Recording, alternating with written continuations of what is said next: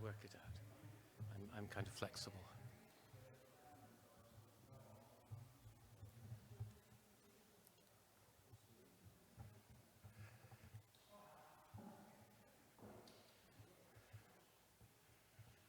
Good morning, everyone.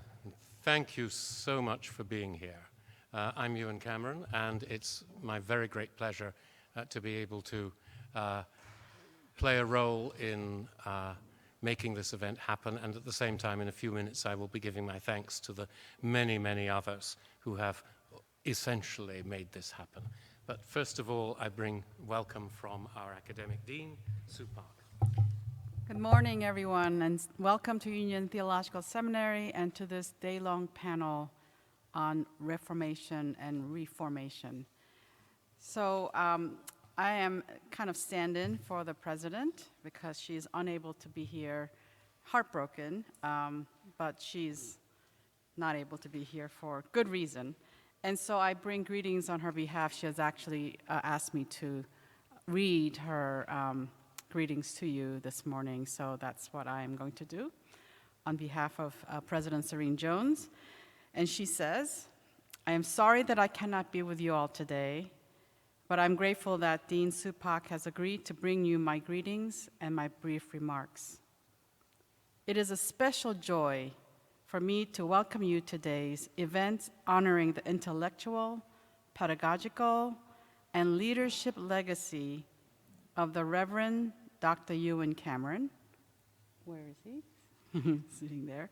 The Henry Luce III Professor of Reformation Church History at Union Theological Seminary, and Medieval and Renaissance Studies in Columbia University's Department of Religion on the occasion of his retirement from our esteemed faculties after over 2 decades of distinguished service. We're truly, truly grateful, Ewan. As all of us gathered here recognize, Ewan is a brilliant, a world-renowned historian, and a deeply thoughtful Christian theologian, and you also know I could just as easily call him an historical theologian or theologically grounded historian of the Middle Ages and early modern Europe. He represents a rare breed of intellectual whose passion for the rigorous historical scholarship is matched equally by his profound understanding of theology as both a past and very presently lived reality. It is so like Ewan to request that today our focus not be on his own amazing contributions, but rather on broader questions in the field and on the work of a larger group of colleagues than a single focus would allow. It is like Ewan to do this because at every turn during his time at Union, he has been a creator of conversations and a convener of intellectual passions and pursuits. His students, and some of you are here, well know his spellbinding power as a teacher who manages to take what may seem at a first glance to be arcane topics and bring them to life as vital resources for today's challenges. It's magical to watch him teach, and it is enchanting as well as enlightening to read his many books, articles, and edited collections. He has also been an important administrative leader at Union during his outstanding service as the academic dean. Add to this his ongoing presence to the students and colleagues alike as a pastoral and priestly presence who cares deeply for all those he engages, offering wisdom, insight, humility, and that always delightful touch of Scottish wit. In all these ways, he represents the highest standards of Union and of the broader academy. We will miss him sorely, but he will be coming back in different capacities as he steps into the next phase of his retirement. He has been a good and dear friend to many. including myself, and we hope to keep him nearby. But today, we wish him well in whatever lies ahead, and we give thanks for all the ways he is, working alongside his remarkable wife, Ruth, and supported by his daughters, Sarah and Alexandra, has blessed this beloved school as our beloved and greatly beloved professor and a colleague. With enduring gratitude for his genius and his care, let us begin the day. Thank you.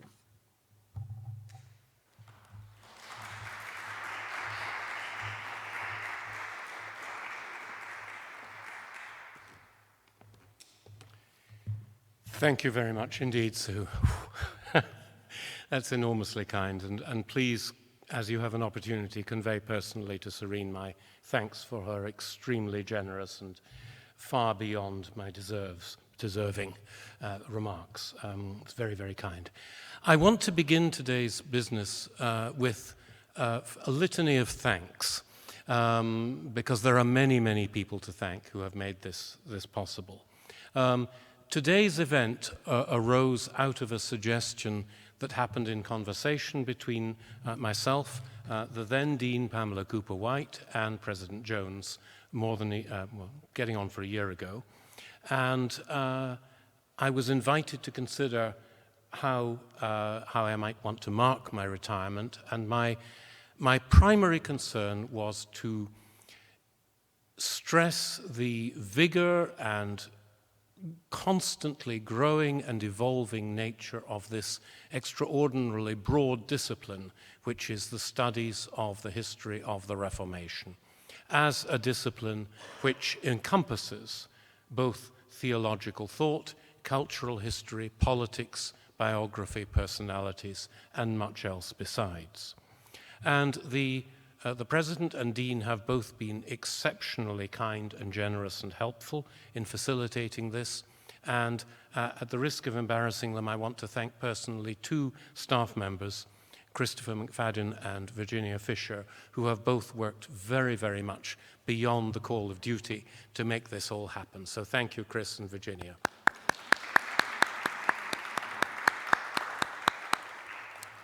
But next, I want to give my thanks to our three principal speakers and to our five panelists who will be joining us for this afternoon's program.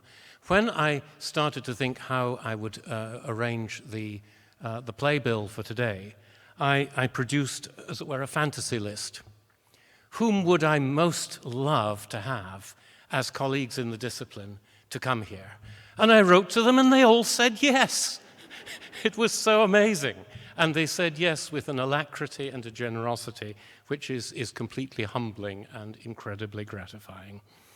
So special thanks to Bruce, to Ken, to Kirsten for their willingness to be here today and to make absolutely vital contributions from the great riches of their scholarship to our discussion today. I'll say more about them when I introduce each of them in a moment.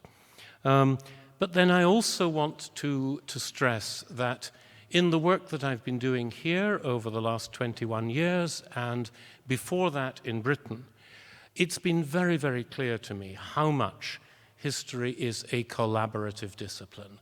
We depend upon each other to strengthen and fructify our researches by the way that we share the products of our research. The material in Reformation studies is far beyond the capacity of any single person to read in one lifetime, even if they did nothing else in their entire days. And they wouldn't be very good scholars if they did do nothing else, by the way. So we depend upon each other and we support each other. As some of you know more than others, I grew up with Reformation studies in all kinds of ways. I was born in the town of St. Andrews in Scotland, where you cannot escape the legacy of the Reformation. You leave the main university chapel and are careful to avoid stepping on the cobblestones that mark the memorial of one of the Protestant martyrs, Patrick Hamilton, who is commemorated by the monogram that is formed in stones on the ground just at the entrance to the chapel. You go to the Bishop of St. Andrew's castle, and you see the memorial to the Lutheran martyr George Wishart. So at that time, through the influence of the environment and through the influence of my late father, Professor James Cameron, who taught in the University of St. Andrews for over 30 years, after returning from taking his PhD in Connecticut at Hartford Seminary, I learned a vast amount about the discipline. And over the time, I learned to consider the breadth of ways in which the discipline may be embraced as a study in the evolution of Christian thought, as a challenging and difficult episode in conflict, and as a formative transition in the culture of Europe in all kinds of ways. I learned to think and struggle with the fact that religious history is an exercise in scholarship, where it is not appropriate that we simply seek to defend and justify, as it were, to relitigate the struggles and the controversies of the past, though there are some people who still do that, it must be said. And at the same time, in a pastoral or ministerial capacity, one has to address with humility and respect the fact that the debates of this period are still live debates for others. We are not, as historians of religion, we are not picking over the fossils of the long-dead debates of the past. We are actually addressing the foundation stories of communities which are still in the present. And I could say much more, but this is just to indicate the number of different ways in which the discipline of the Reformation impacts both scholarship and ministry and community life in so many ways. So, I'd like now to introduce the first of our speakers. Just to say briefly, the format will be that we will have our presentations by our main speakers. There would be time for conversation between the other speakers and then conversation in the body of the whole. I do invite you to present your questions and comments and observations at the appropriate point. There is a stand microphone at the back, which you can use. We also have portable microphones here, so we should all be able to hear each other. We will take a short break, and there is bottled water and the coffee urns are still there after the first paper and before the second, and we will have lunch at 1 p.m. In the grand tradition of buildings built in collegiate Gothic style, there is a serious shortage of restrooms. But nevertheless, if you leave the chapel and then go across the hallway and to the right, there is a limited facility there, which I hope, given our numbers, may be sufficient. But there are others. There are other restrooms in the main administration block over that way. So, to introduce the first of our speakers today, I am delighted to be able to introduce Bruce Gordon, Titus Street Professor of Ecclesiastical History at Yale University. We go back an unbelievably long number of years because Bruce, let me just say this first of all, I came to know Bruce, I think we must have met in my parents' drawing room at the time when you were... Okay, that's all right. When Bruce was a doctoral student at St. Andrews University working under my father's advisement. And we've been in touch ever since. And Bruce is certainly, of scholars writing primarily in English, the most distinguished and prolific and wise historian of the Reformation tradition, especially in the Swiss Confederation. He has taken the tradition of the Zurich Reformation, which had for so many years been regarded as a sort of second fiddle to Geneva and Calvin, and has shown that Zurich was not only the senior tradition, but for many, many decades was the the primary Reformed tradition, not only in the Swiss Confederation, but in the international Reformed community. And the work of other scholars like, for example, Dermot McCulloch, has demonstrated how Zurich not only influenced continental Europe, it also influenced the British Isles as well. So Bruce has done an unbelievable service through his work on Zurich, through his biography of Calvin, which shows Calvin's relationship to Zurich in so many ways. I could keep on talking, but you're not here to hear me, you're here to hear Bruce. Bruce Gordon, thank you so much.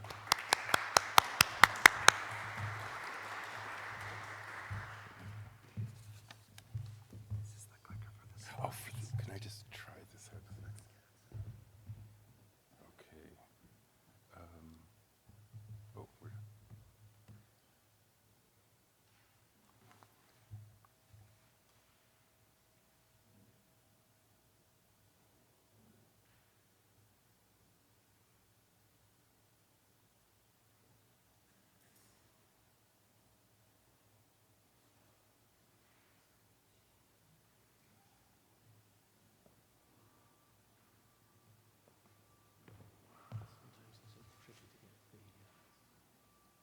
I'm just Excuse me.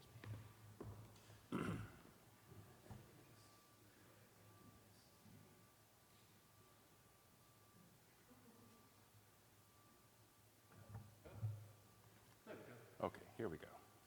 Great.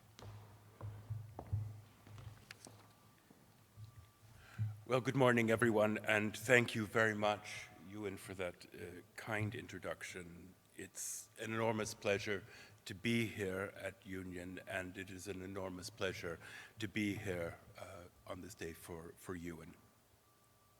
Nearly 35 years ago, as a student, I attended an event in Scotland to celebrate the retiral of James K. Cameron, about whom you've just heard, Professor of Ecclesiastical History at St. Mary's College in St. Andrews.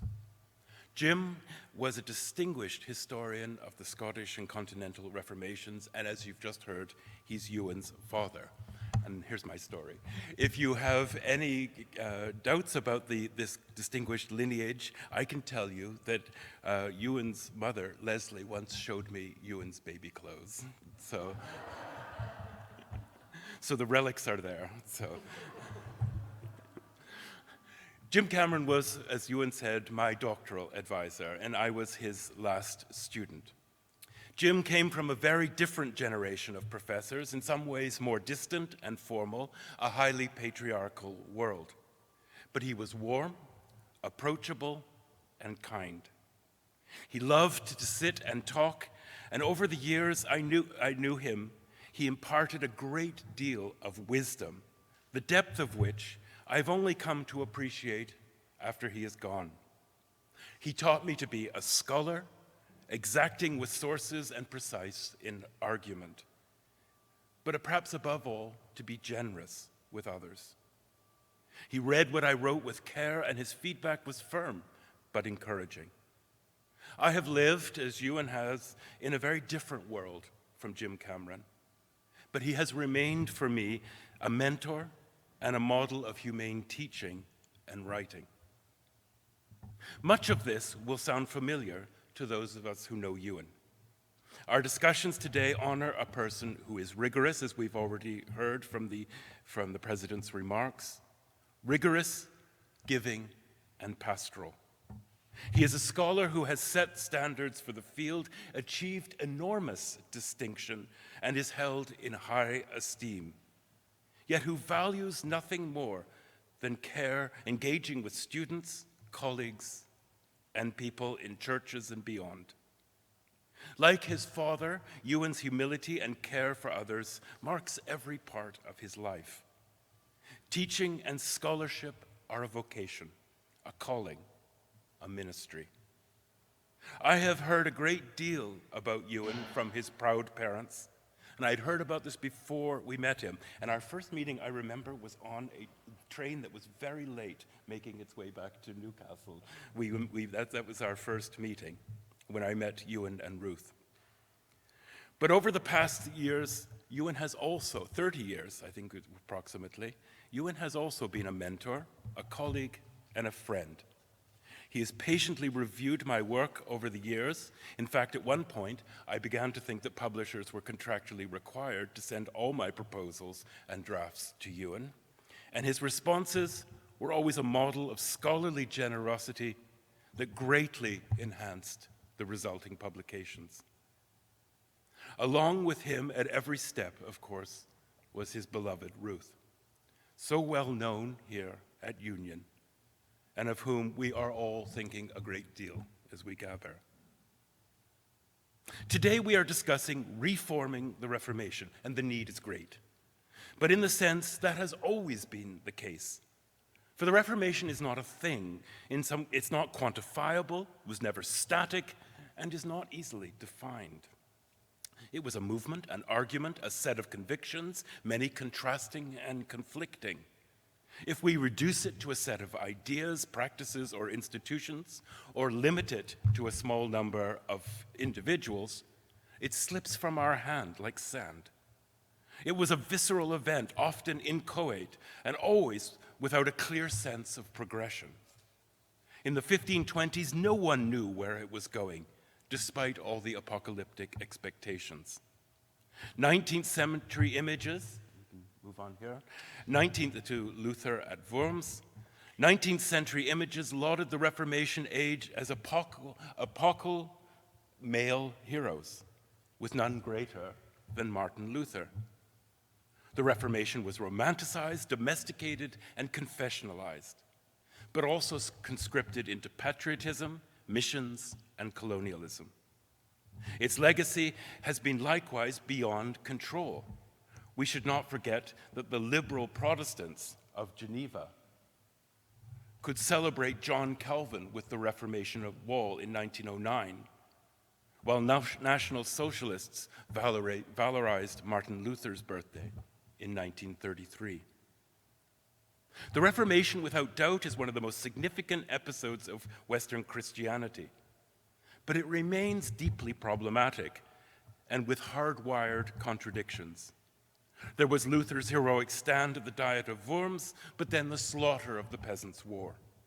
There was Luther's magnificent tract on the freedom of the Christian, but also on the Jews and their lies. John Calvin and Michael Servetus remains a perennial debate.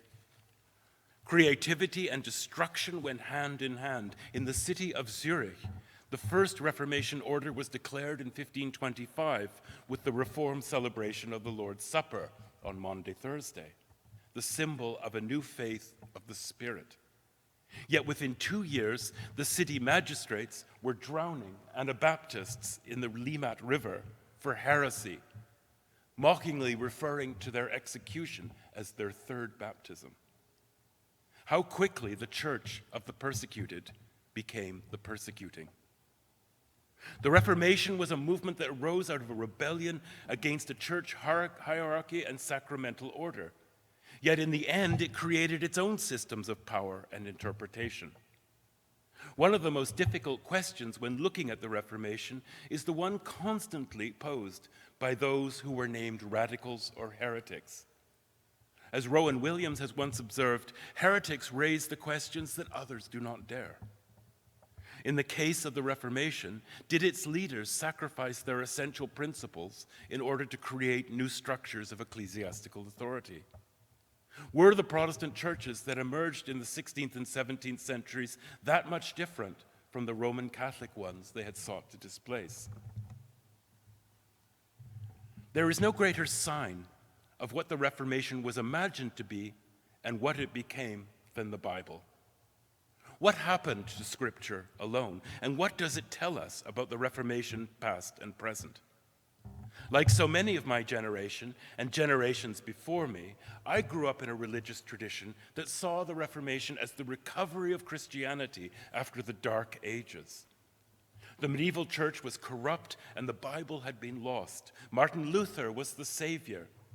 Or in my particular tradition, John Calvin, although no one read him. Protestants were a religion of the Bible and therefore true Christians. Even in the version of liberal Protestantism of my upbringing, that was pretty much the unexamined narrative. What defined Protestantism was their foundation in the Word of God. I am very aware today, teaching at Yale Divinity School, that that narrative has by no means entirely disappeared. The triumphal Protestant story of the Reformation may not be so explicit, but it's still very much present. There are many students of widely different perspectives and backgrounds who believe we reach the real story in my course when we come to the Reformation. For most of my students, the Reformation means Martin Luther or John Calvin or the place of the Bible. It remains defining of Protestantism, whatever that might mean. Even when teaching in Yale College, where knowledge of religion tends to be very limited, one of the few things students will tell you is that the Reformation was the beginning of the modern world by breaking with the Middle Ages. The 19th century ideas of Luther as the harbinger of the modern world retain their hold. But there are other aspects of the Reformation for us to discuss. Reformation is no longer so much a discrete area of research. It is rare now to find someone who primarily describes themselves as a Reformationist, as was once very common. Our field is changing radically. Those who study aspects of the Reformation largely do so under the rubric of early modern, which is also something we could discuss. But the point is that Reformation is no longer so much a self-standing term, but largely considered within a broader category of late medieval and early modern religion that requires comparative and interdisciplinary approaches. The boundaries between religious confessions, as Ewan has mentioned, are much more porous than they used to be, as they are between the fields of theology, linguistics, history, history of art, and communication studies, as you will hear from Serena. It is astonishing to look back and see how the field has been transformed in the last couple of decades.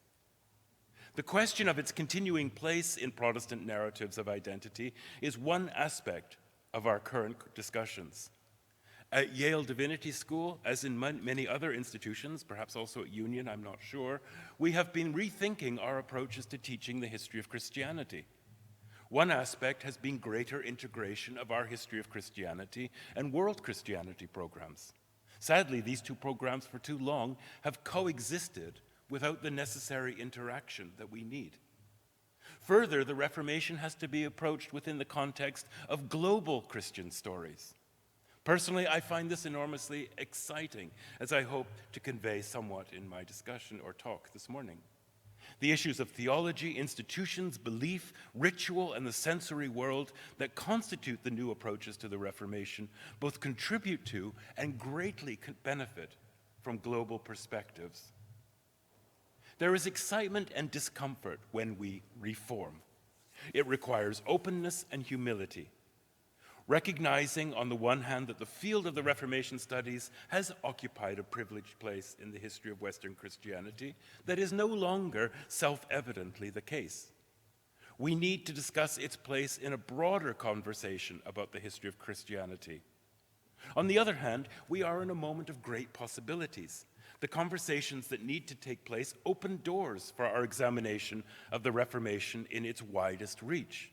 New questions, new approaches, new ways of thinking. The Reformation is a seminal event in our history.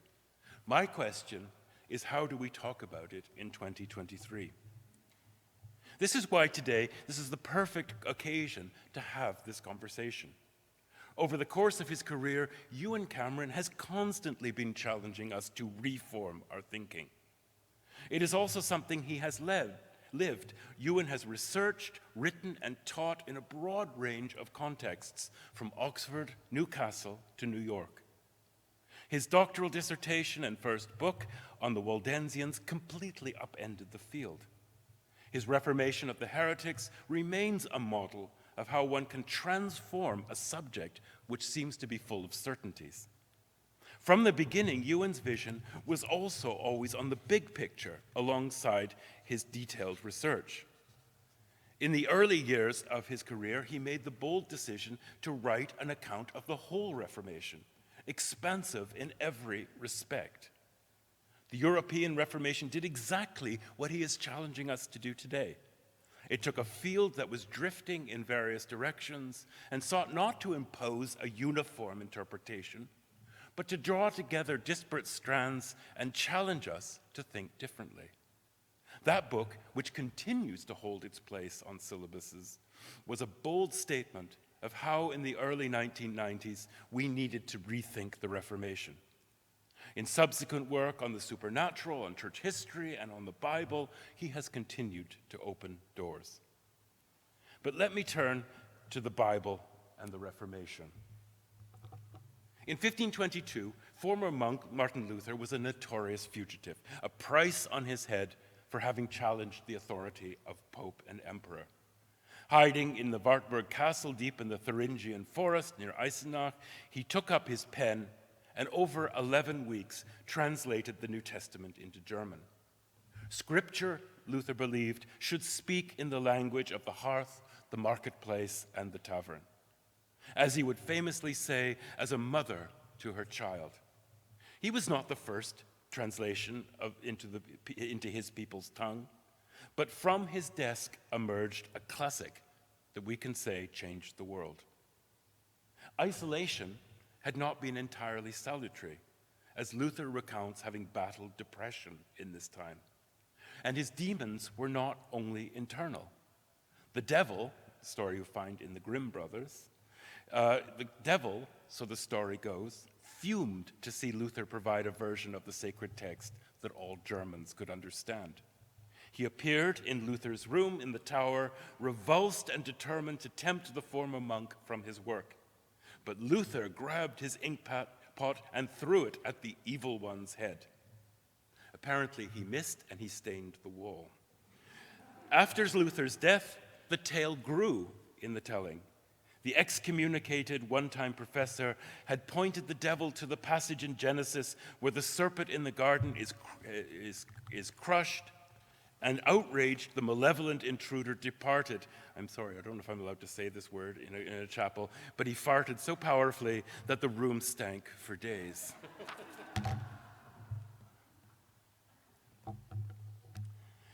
The flatulent devil had good reason to be angered. The forces of the Renaissance and Reformation, epitomized by Luther's Lonely Project, changed the Bible forever. Within 10 years of Gutenberg's first printing of the Vulgate in the 1450s, copies of Scripture spread across Europe in Latin and vernacular translations, often as a complete work with Old and New Testaments firmly bound together. Luther was neither the first nor alone in translating the Bible for lay people. His work stood on the shoulders of generations of medieval scholars who too had wanted the people to have access to God's Word.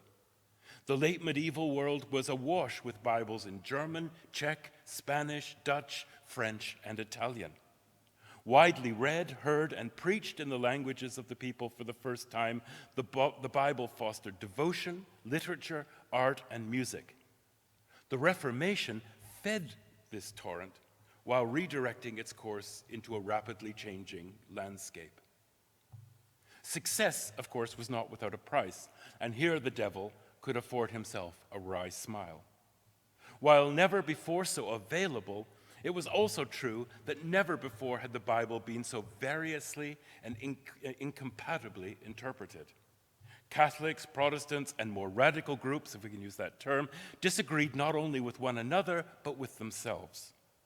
The head-spinning diffusion of the Bible between the 15th and 17th centuries increased engagement with Scripture, but the hands that held the Bible might also be raised in anger against opponents or even covered in blood. The Bible was brandished to repudiate those who thought differently, providing the actors in this apocalyptic drama with conflicting lines to speak. The Bible became a symbol of both what united and divided. Just as a family might sit at home with the Gospels, songs were sung by armies marching into battle in a new age of religious wars. The gaseous devil may have been banished by Luther's flying inkpot, but in the longer run, he had reason for glee as the unity of Western Christianity came crashing down. there are several connected stories to tell of both continuity and rupture. For more than Protestant accounts are willing to admit, the great Bible scholars of the Renaissance and Reformation worked with the inheritance of the Middle Ages and shared many assumptions of previous generations. The intensive attention lavished on both Latin and vernacular Bibles was mutually nourishing.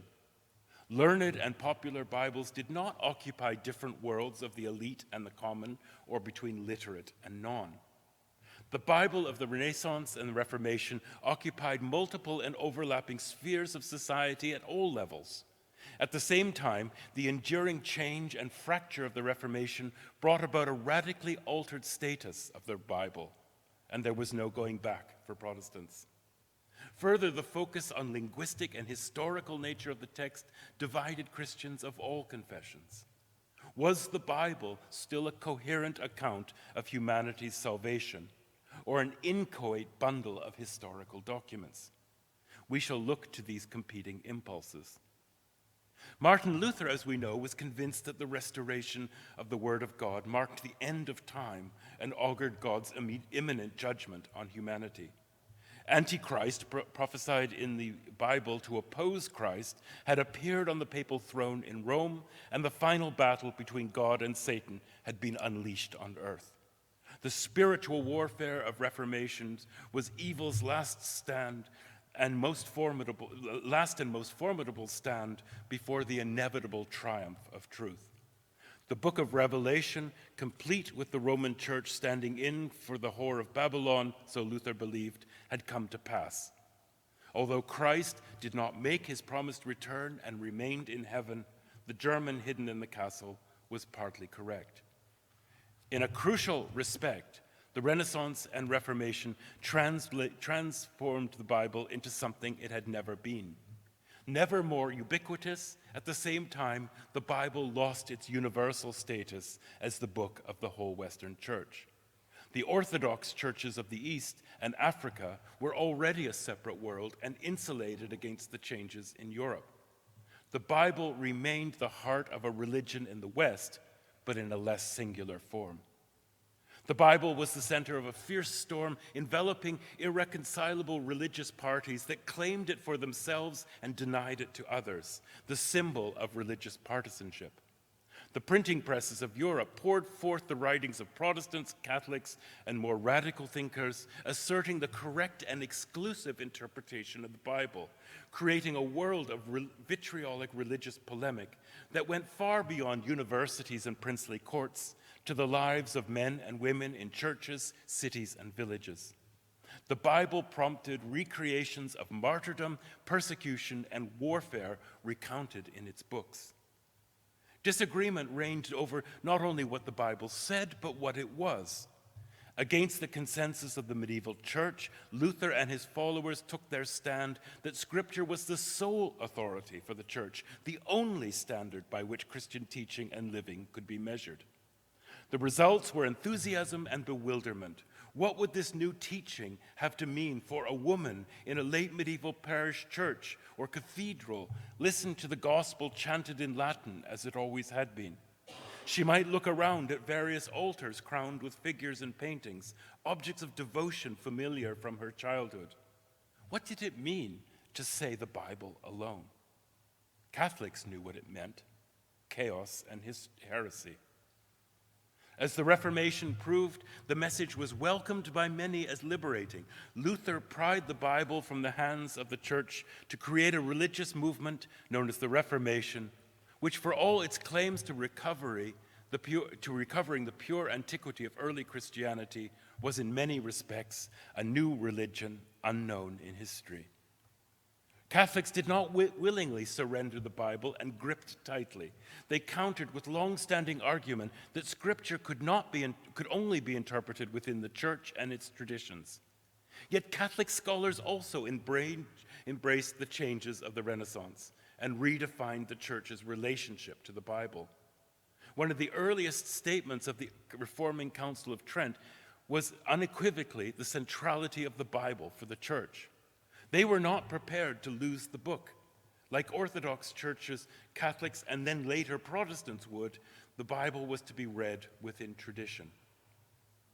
The very existence of the Americas posed another problem. The Bible had nothing to say about the Americas, of indigenous cultures of great sophistication and ancient gods. How could these races with their religions and many languages be reconciled with biblical chronology? If humans were all descended from Adam and Eve, then how did they appear in far away and isolated America? Some thought that they might even predate Adam. One point of departure lay in the Bible itself. The papal bull of Alexander VI in 1493 that divided the world between the Spanish and the Portuguese brimmed with references to the book of Genesis and the command to subdue the earth. The desire to conquest was biblical from the start, and the Spanish naturally turned to Israel and the Promised Land. When Columbus came ashore in Hispaniola, his commands were framed from Deuteronomy 20:10-15. When you march upon to attack a city, make its people an offer of peace. If they accept and open their gates, all the people in it shall be subject to forced labor, and shall work for you. If they refuse to make peace and they engage you in battle, lay siege to that city. When the Lord your God delivers it into your hand, put the sword to all men in it. Not since early times has Christianity witnessed such fragmentation. The Bible was the child of an ugly divorce. The child was also changing identity. The medieval world knew the Bible as the foundation for their teaching, worship, and devotion.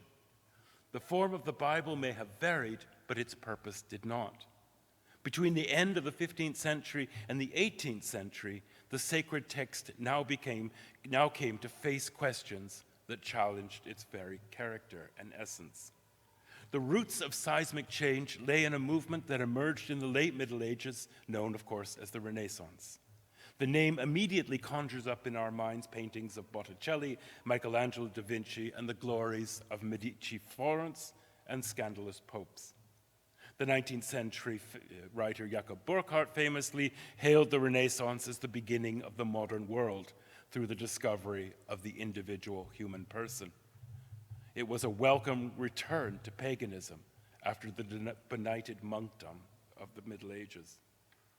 Indeed, there is a long tradition of looking to the Renaissance as the first stirrings of secularism. It's not my topic for today. But in truth, religion suffused the age in every part.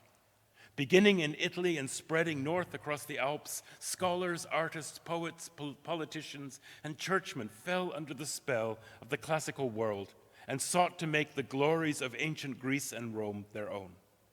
For many, the paganism of antiquity would birth a renewed Christianity. This love affair with a rediscovered golden age glorified both paganism and Christianity. Antiquity had bequeathed to the West a wisdom that poured light upon the Bible, from Plato to Virgil. As Jerome did in the 5th century, Renaissance Christians believed that Scripture could speak with the hortatory eloquence of classical orators. Its words could flow like Cicero and Livy, and in its original pure form could be recovered. The Bible became a sacred text to be studied and read as originally intended, so was thought. Renaissance scholars beginning in Italy saw the Bible as a book with a history. The idea was certainly not unknown to the Middle Ages, but it was about to acquire a new face. Change was possible with the tools of humanism, an educational idea that revived classical arts such as rhetoric, dialectic, and poetics and philosophy. As Erasmus stated, the classics could be baptized in Christian waters. The impact on the Bible was transformative. Medieval theologians had largely assumed a rather fixed text of Scripture, although they were aware of its deficiencies. Repeated efforts were now made to correct the Latin from other Latin versions, but only occasionally from Hebrew and Greek. In the Renaissance, a new way forward, through the recovery of original languages, the measure against which the Latin could be tested, and through the study of manuscripts, including many brought from the crumbling Byzantine world. It was a return to Jerome's vision with his Latin translation of the 5th century, the best possible Bible from Hebrew and Greek. Not surprisingly, Jerome became the Renaissance patron saint of those who pursued this goal. The door seemed to be opening to unimaginable possibilities. The Bible, in its purest and most authoritative form, appeared within grasp. The study of language and literature, not established church doctrine, could offer a superior way to mining the Bible's mysteries. Yet we must be careful, for almost all scholars working on the Bible in the Renaissance, including Erasmus, assumed their work would actually bolster the church, not pull a trapdoor lever. By the 17th century, philology would be thought to be separate from church teachings. But in the Renaissance and early Reformation, the possibility occurred to no one. Languages were the way forward to restore Christianity. Yet from the start, there was tension, and we looked to the controversial figures of Lorenzo Valla and Desiderius Erasmus, the most influential advocate of humanist learning in the service of the Bible. Against withering criticism, both maintained to their deaths their shared conviction that the sound knowledge of Hebrew and Greek did not undermine the authority of the church, but provided better access to the truth through a purified Bible. For both, the church was the ultimate source of wisdom to whom all must defer. Many would invoke the name Erasmus to tear down the old order, but destruction was never the Dutchman's intention. The Renaissance world, for all its diversity, offered a new perspective on history, as I've mentioned. How does the past shape the present? The great artists knew. And the Bible was not untouched. To have a history was to recognize that the Bible evolved over time, that it existed in various forms and had different traditions of manuscripts. What we find in the Renaissance was a growing curiosity about the humanity of the Bible, how it was written and how it was transmitted. Yet old beliefs held fast. Even with the emphasis on the human aspects of the Bible, God remained the author. While curiosity remained natural and human, it opened exciting and dangerous trail. Peeling back the layers of the past to recover the Bible's purest form was believed possible through the acquisition of languages unknown in the medieval world, not only Hebrew and Greek, but what would later come through Aramaic and Syriac and Coptic. But it did not end there. Over the course of the 16th and 17th century, scholars in the West began, as I say, to learn Aramaic, the language of Jesus, Syriac, Coptic, and later Arabic. Even Ethiopic made its way into Europe.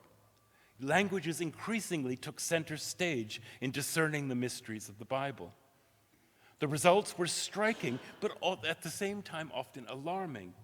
Eventually, some came to believe that historicizing of the Bible exposed weaknesses in the traditional stories. By the 17th century, the question of whether Moses wrote the first 5 books of the Bible was openly debated, as too was the reliability of the Masoretic Hebrew text. Responses to those and other issues varied. Some hoped to hold fast to the literal biblical text, while others grew increasingly skeptical. One solution to the problem of the historical Bible and its obvious uncertainties was to read it increasingly as a spiritual or ethical book than as a historically accurate one. There is no one story of the Bible in the Reformation. It is a tale of multiple concurrent realities and truths that often do not easily fit together. The Reformation proposed something never previously asserted. As I say, the Bible as the sole authority. Further, it was a book whose unity was found on the ability to interpret itself. But was it a book for the people or not? Erasmus's vision of the plowboy reading the New Testament, later taken up by William Tyndale, posed the central question of the Reformation. Sola Scriptura never envisaged the problems of multiple and irreconcilable interpretations. Results were far less Pentecost and more the Tower of Babel, as Catholics had predicted. Hence the fundamental shift made by Protestants that would forever shape the Reformation. The Bible was promised to the people, but in many ways it was taken back. Interpretation could only be in the hands of an educated ministry.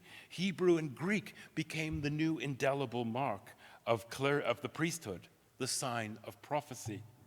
Remarkably quickly, the Reformation reintroduced the distinction of clergy and laity they had rebelled against. Rome no longer seemed so far away from Wittenberg and Geneva. The Bible of the Reformation in translation, worship, and education also created a Protestant and Catholic worlds of Scripture that in many ways empowered lay people to take the sacred book into their hands. Through reading, song, drama, daily rituals, biblical literacy spread through society as never before, shaping identities and molding daily life.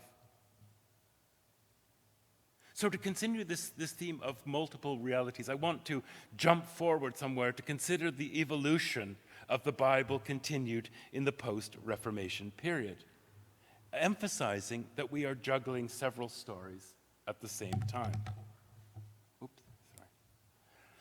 Floating on the sea off the fictitious island of Bensalem was a cedar ark whose wondrous nature was signified in the sky by a pillar of light and a cross.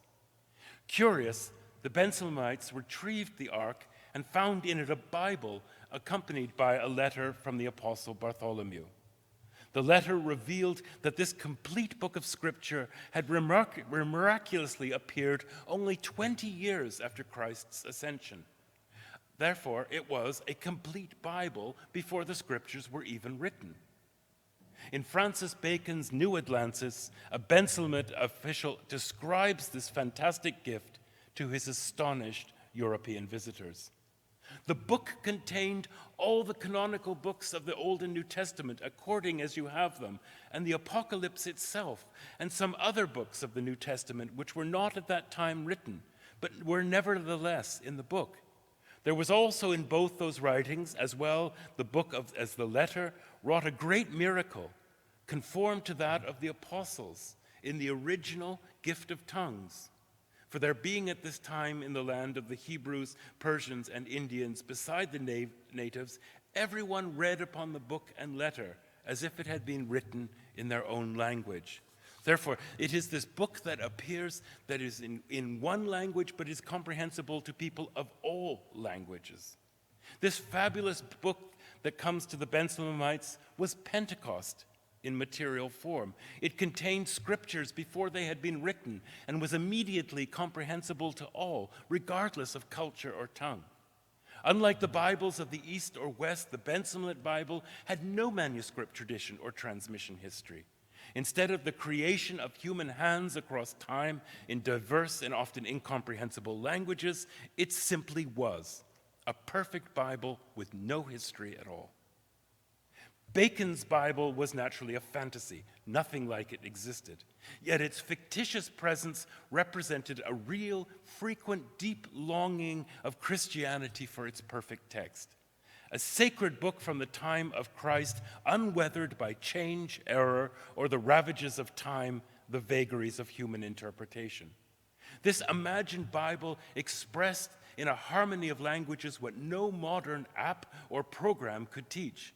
What better healing for the balm of a wounded religion, divided and struggling, than to comprehend its sacred text? The satire offers a cutting critique of Western Christianity, but for all its fantasy, the Bensalemite Bible takes us to Francis Bacon's world, where science and religion interacted in the tumult following the Renaissance and Reformation. The New Atlantis was a symbol of what was and what might be. The Europe from which the travelers came to the island was in flames, torn apart by religion and politics. Protestants and Catholics had acrimoniously divorced, and the Western Church was permanently sundered. In the midst of interminable religious wars, martyrdom, persecution, and exile, Europe had reaped the rewards of its confessional fault lines. Bacon's Bible, however, transcended history, military conflict, coercion, and politics. It was the book for which his broken age yearned but could never have, the sacred text that would bring unity and peace. Casting our eye across the 17th and 18th centuries is, I would suggest, akin to standing in front of Bruegel's battle between Carnival and Lent. On every part of the oil on the panel, something completely different seems to be taking place. Celebrations, devotions, and fistfights. What holds this chaos together is the diversity of human experience and aspirations. Wealth and poverty coexist alongside feasting and fasting. Similarly, the relations between the Bible, science, and reason that I'm talking about had many moving and interlocking parts. What was not happening was some sort of fight to the death between science, religion, and reason. The idea that the first two of science and reason put a stake through the heart of the third was really a story of the 19th century obsessed with Darwin. The rapidly expanding economies and learning of the 17th century raised new questions, traversed boundaries, and changed the world, but the Bible was always there. The image of the Bruegel painting helps in allowing us to imagine the diversity of human society. But we need to look carefully. On the left hand of the painting is the world turned upside down of Carnival, of the chaotic inn. The right side has the church and the various acts of worship and repentance. It is in the middle that if we look, we find activities such as the young couple strolling from the inn into the church. It is the center of the painting where the two worlds are linked that I think we have an image for science, reason, and Bible in the 17th and into the 18th centuries. Galileo, Bacon, and Newton set their brilliant scientific advances in harmony with the Bible, while the linguistic and historical study of the Bible raised new and difficult questions about the nature of the book. This is all happening at the same time. Those questions, however, were posed by figures who still accepted God's authorship of Scripture. Scientists continued, like Newton, to write about religion and philosophy. Another example is, of course, the American figure of Jonathan Edwards, fascinated both by this new age of reason and with the revival of the Bible. Unlike the Bensonites, post-Reformation Europe inherited a Bible with a human history. Already in the medieval world, we had encountered intense interest in the humanity of the book, of tracing its formation over centuries and carrying out comparative study. But grounded in the work of these earlier generations, more radical ideas about the stability of the Bible as a received book were put forward. Who wrote it? When? And where? Many questions arose, as I've already mentioned, Moses and the Pentateuch. Was the biblical chronology credible? And was the Hebrew of the Hebrew Bible original? Just to name a few. Behind the closed doors of scholars' studies, as well as increasingly in the public, boundaries of inquiry were shifting and expanding. But we have to balance various truths, complementary and rival. The story we are is definitely not going to be, as I say, the clash of Bible and science, the slow decline of Scripture, and the inevitable rise of the secular. We come first to science and the Bible in the figures of Bacon, Galileo, and Newton, as I mentioned, but others, scholars such as Joseph Scaliger, Hugo Grotius, and other Hebraists, advanced the study of the Bible as a historical text. For these thinkers, new learning did not undermine the Bible, but it was precisely the opposite. It brought greater clarity to the truth of God's address to humanity. All wrote from within some branch of the Christian religion. There, of course, were others. Thomas Hobbes, Baruch Spinoza, and Voltaire did push the book out further. All three engaged with the Bible, but came to radically different conclusions. It was not a divine book. It remained in the realm of the moral and ethical. Its supernatural claims could not be taken seriously. As of yet, however, they were a minority. As society was changing, so too was the place and understanding of the Bible.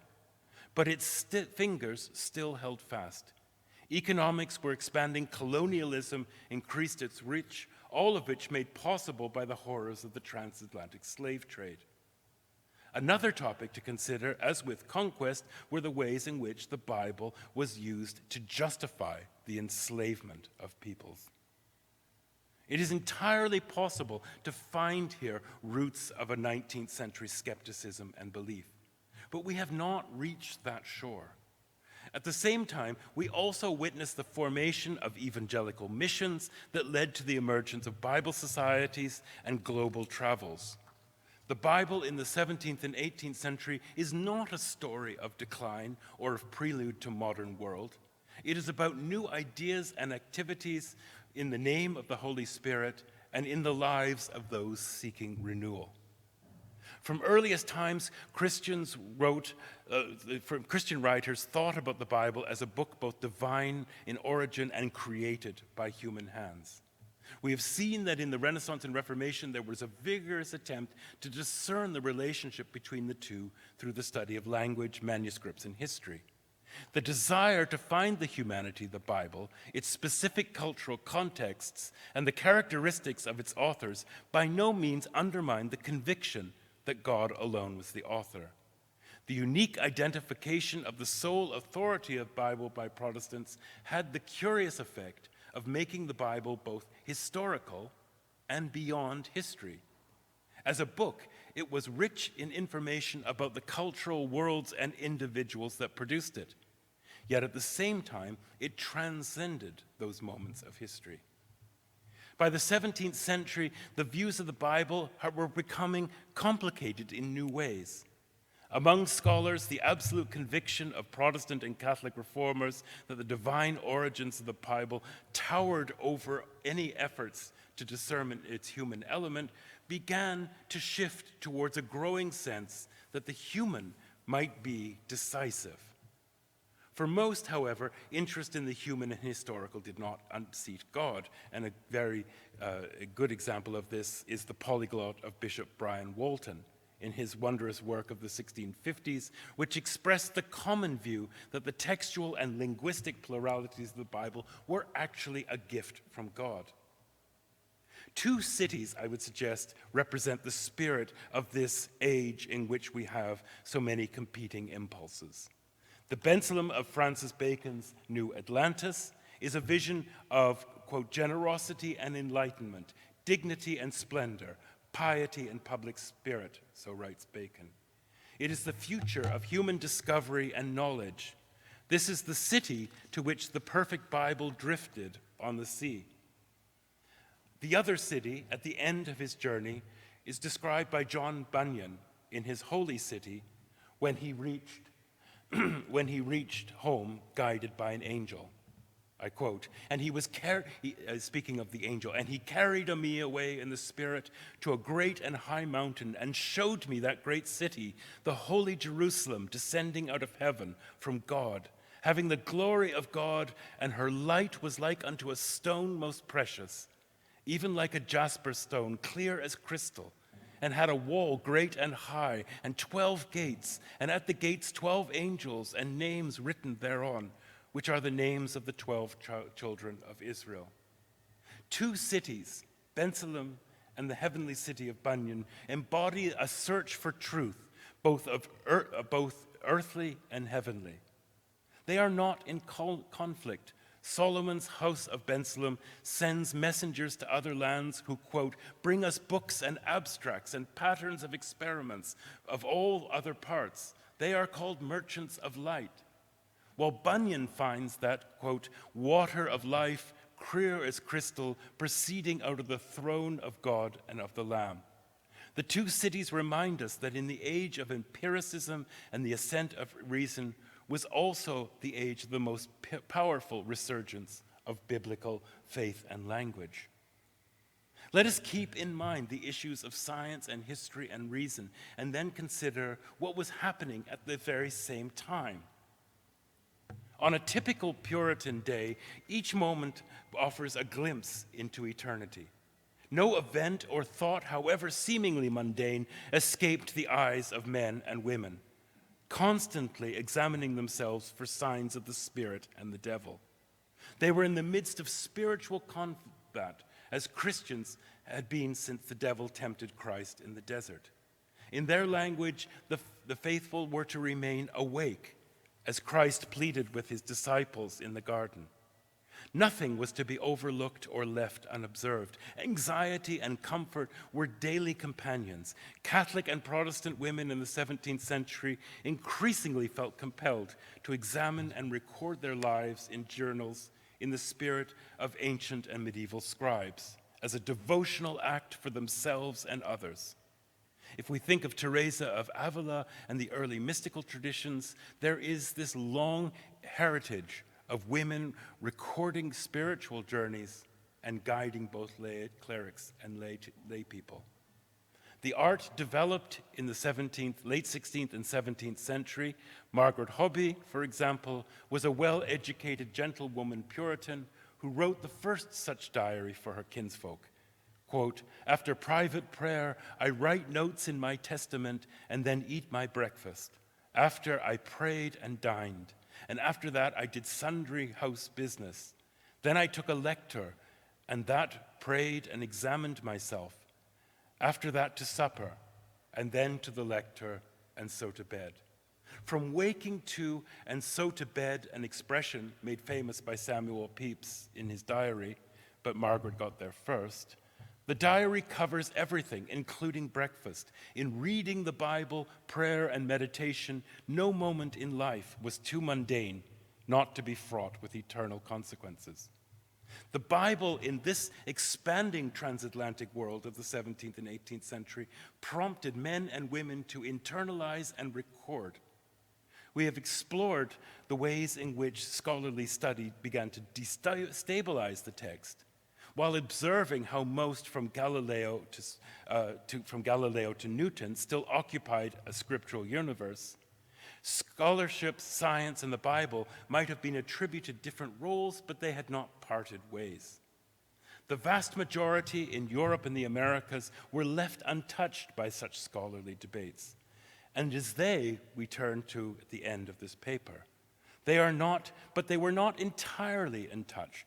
For on both sides of the Atlantic, men and women listened to sermons and read Bibles inflected with the scientific and Enlightenment ideas. We want to recognize that reality and expand the world of the Bible beyond the intellectuals to those individuals and movements on fire for the Bible. The age of science and enlightenment was also the age of fervent biblical culture, of Puritanism, pietism, and evangelicals.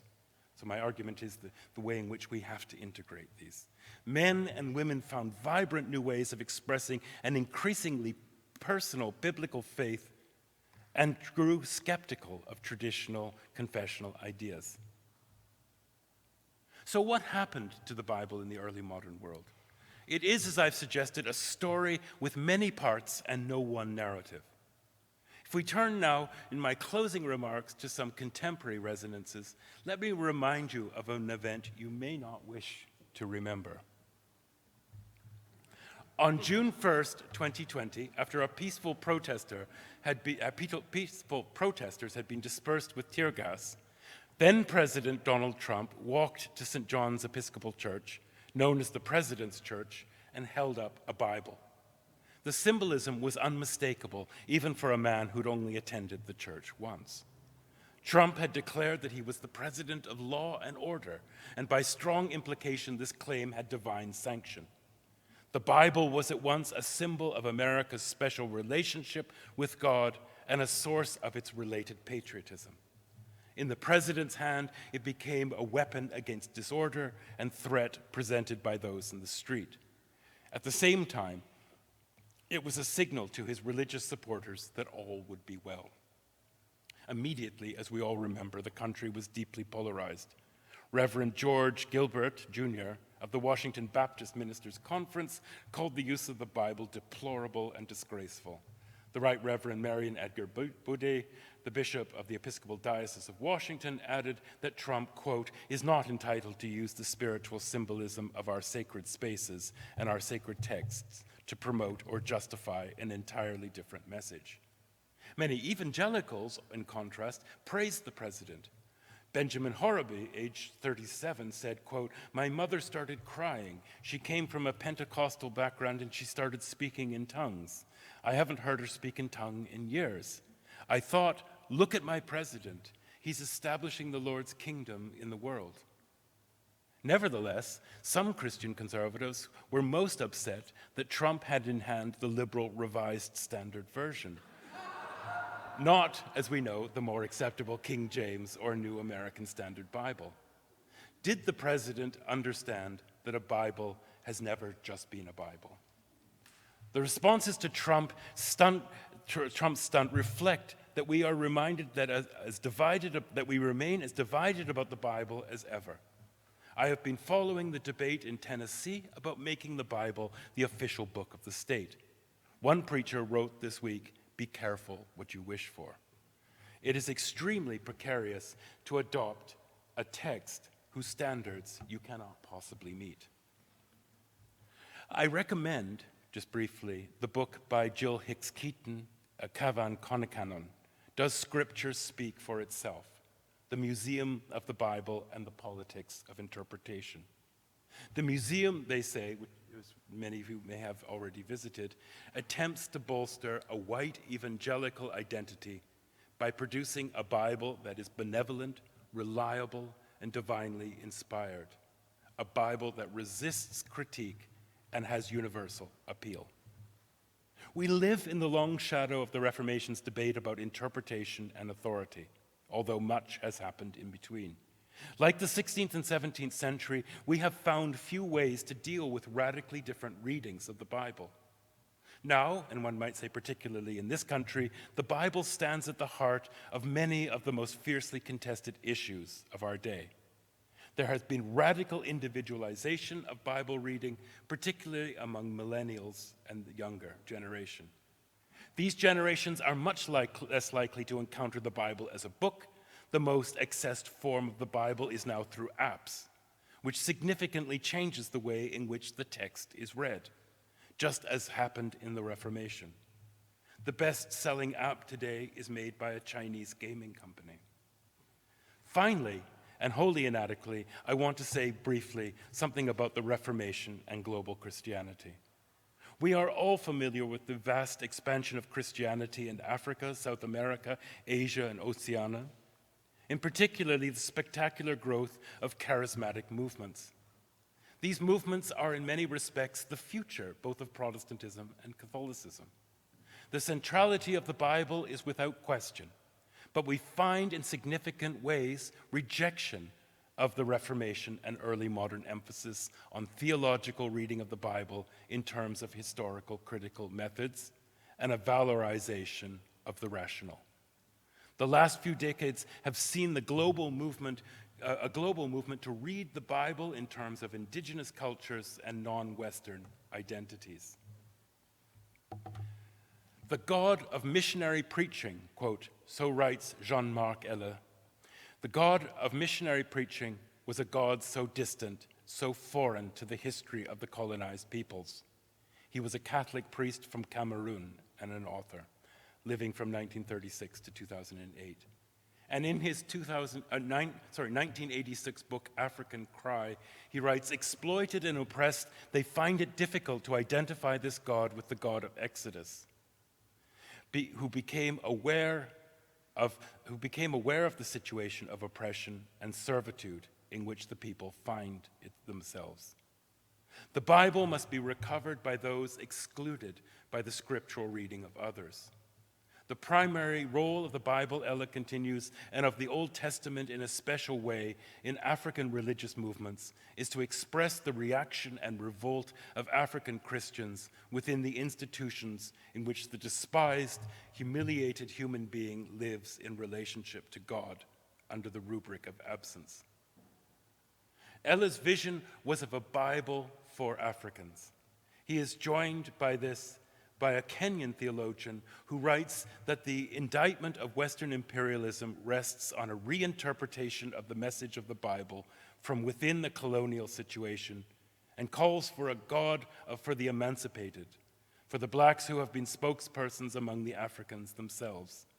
The black prophets seek not to return to the God of the ancestors, but to make the message of the gospel heard in an African context.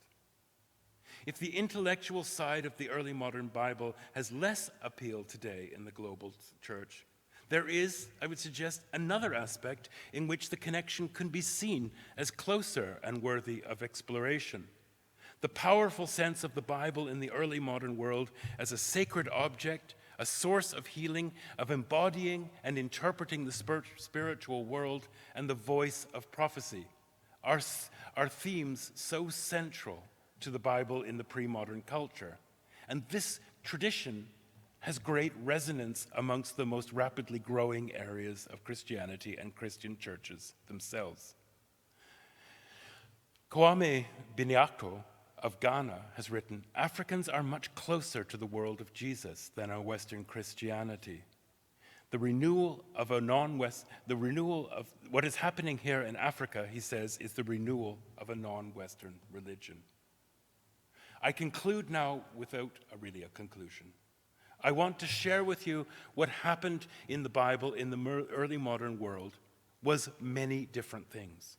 Renewal and conflict, multiple interpretations, and the shaping of biblical cultures, the study of languages, and the questioning of the stability of the text. We enter into that world through exploration of multiple tensions and the abandonment of the idea that it will reveal a straightforward story. I offered this as a way of moving forward in thinking about the Reformation, a complex human story with many competing realities and no certain outcomes. Greater integration of disciplines, new perspectives offered by decolonizing and global perspectives. I do not want to argue that this created the modern world, but I would suggest that it does greatly assist us in thinking about the contested Bible in our culture.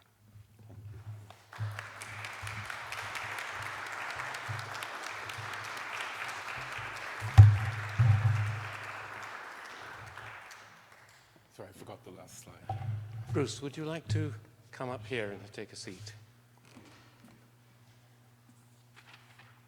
Thank you very much indeed, first of all, for an absolute tour de force. That was really splendid and addresses such an abundance of issues that are of concern both to the historical community and to the seminary community at large gathered here. I mean, you've really thought very, very deeply about the kind of topics that address our most poignant concerns. And, okay, I'd like to sort of launch a discussion. We've got a little bit of time before we take a break well, I've got two questions, really, and one of them is, as it were, for the scholarly historians among us, and one is more about how we address the larger community. Mm-hmm. Now, first point, you said in your lecture, and I think we all agree with you, that early modern biblical scholarship believed that by working harder, by getting to the underbelly of the texts, by discovering the different linguistic witnesses, that this would strengthen, not weaken, the authority of Scripture in the way that they understood it. And you made that point very strongly. And it didn't happen that way in the end, did it? No. It didn't. No. And so I suppose I'm asking you to make a sort of meta-historical judgment on this. Were those scholars who believed that you could engage biblical scholarship full on and still preserve an old idea of what Scripture was as the authoritative revelation of God? Were they deluding themselves? Were they stumbling towards a precipice? Or did something else happen which meant that what was valid in, say, 1680 was not so valid in 1780? What do you think? I think that, there is, I think, something of the story of the Sorcerer's Apprentice. here in that. And it's clear when you look at some of these people like Buxtorf and Scaliger, who were very worried that what they were doing in the study would leak out through the door into public knowledge because they could see what the problems were. They could see that the study of manuscripts, the study of languages, this idea, you know, that builds off the Renaissance, that sees the Bible in its historical way, that the increasing emphasis on the historical nature of the text was beginning to crack. They start to, Elizabeth has certainly worked on this, that they start just the issues of authorship, issues of chronology, they could see what was happening. They could see a certain instability in the language, you know, particularly Hebrew was at the forefront of this. You have considerable debates, you know, coming to people like Richard Simon in the 17th century, who can see that there are deeply problematic issues with the biblical text. But then they adopt an attitude, and you see this in people like Hugo Grotius, you see this in Richard Simon, who talked about before, who assert that these problems are overridden by, in the case of Hugo Grotius, tradition. By looking back, he looks back to the early church and says, well, there were many divisions and many problems there, but there was a commonality of the faith which held this together. It can seem to us rather naive. Richard Simon asserted the Catholic position that the authority of the church overrode these problems. So, you see in the Calvinist tradition in the Netherlands, amongst the more conservative Calvinists who simply reject this historical analysis and simply say that the text itself is fixed and therefore is not open to change. In some ways, a position that is held by many Catholics with vis-a-vis the Vulgate. They're aware of problems, but that's not the issue. The issue is that this is the Bible of the church. So what I would say is, yes, they are very aware of the problems that are being exposed, that are arising. They're very aware of the questions such as Mosaic authorship. They're very aware of you know, as Luther had, right back to Luther had said, with, you know, certain parts of the New Testament not being apostolic, being later, and they're of a different status from Romans or Corinthians. So we have a growing awareness of this, but what I would argue today is that it's still, we should not jump to a kind of Wellhausen of the 19th century. We're not there yet, where Wellhausen believed that he could no longer teach students of theology because he couldn't do it in good conscience on the basis of what his research. We're not in that world yet. We are in a world where they are discovering new questions, they are debating them quite fiercely, but are still very much working within a framework of divine authorship of this. The question is, how do you square them? These are realities that must be connected. How are they connected? Not, perhaps they're not connected. And that's one of the things I want to say. These questions are emerging in a world that still has a particular mindset, and that's what, you know, Newton, any of these people, they find different ways to connect them because they believe they must be connected in some way. The two are not yet to be uncoupled. Mm. Thanks very much indeed. I think, by the way, there's a wonderful cross-fertilization between your paper and Dr. Kirsten McFarland's, where we'll be seeing exactly what happens when some of the biblical scholarship did go out the door, and in very special and unique ways. But that's a spoiler for after the break, and we look forward to that. But thank you for that. And I think you've, as it were, given us authorization or permission in your paper to ask a bigger question, which is one that troubles me now. As you know, I've been working a bit on biblical chronology in the context of world histories written in the Reformation era. And one of the things that perplexes me is how do we, as scholars of the 16th, 17th centuries, how do we address the fact that in the 16th century, a particular attitude to the authority of Scripture made sense to highly reflective intellectuals, which is nowadays used by profoundly conservative Christians who maybe aren't so comfortable with the results of scholarship? Yes. In other words, the interpretation of the book of Daniel and its prophecies was something which Heinrich Bullinger and Philip Melanchthon could spend a vast amount of time as profound scholars on. It's now appropriated in evangelical websites. How do we address that historical continuity, which is also a discontinuity? Yeah, I think so. I mean, one that just jumps to mind when you say that is in certain circles, Calvin is the voice of the literal interpretation of the Bible, because Calvin uses the word literal interpretation all the way through.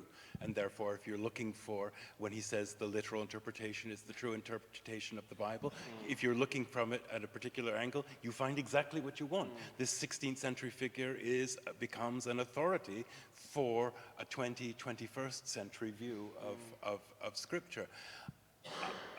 I am...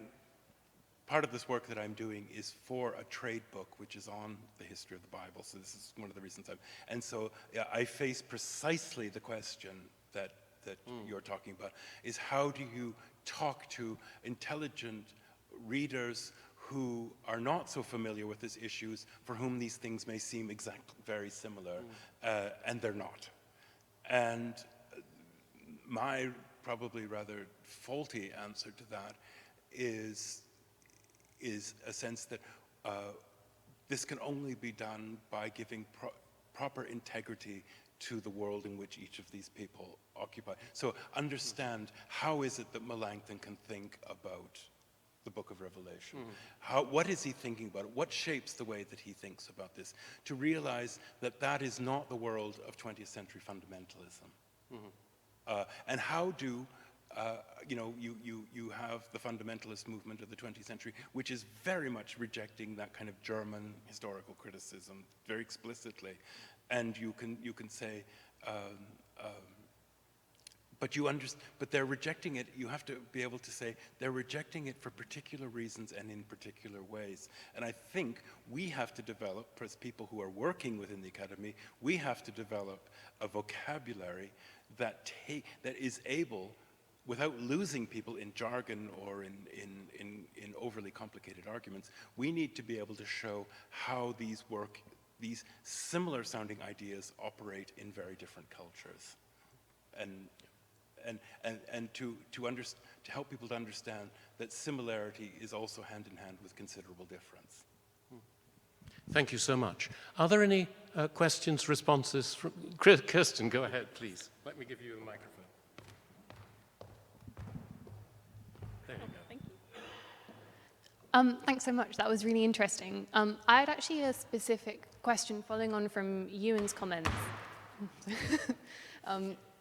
about what point in the 17th century you might want to identify the accumulation of philology as beginning to have a destabilizing effect.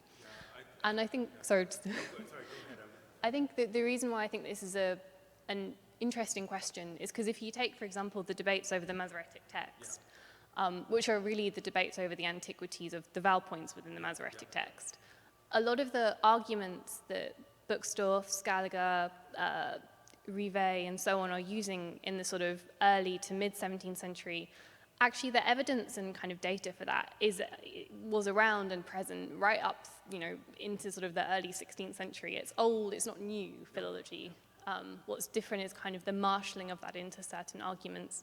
And it's also striking that there's a really interesting reversal. There's a good article by Timothy Twining out about this, about how there's a kind of reversal in that debate. In the sort of 16th century, a lot of reformers are very happy to say that the vowel points are modern inventions, that they're not ancient. Calvin's happy to say this, of course, precisely because they don't think that actually affects at all the authority of the Hebrew Bible. And it's only in the mid... If I may say so, Kirsten, you get Luther saying that it helps his argument if the vowel points aren't authentic. Yes, yeah. Exactly, and it's only in the kind of 17th century that those kind of positions start to change. And the reason why I think that's a kind of interesting question is because it throws up the possibility that a lot of this philological knowledge is in itself kind of direction neutral.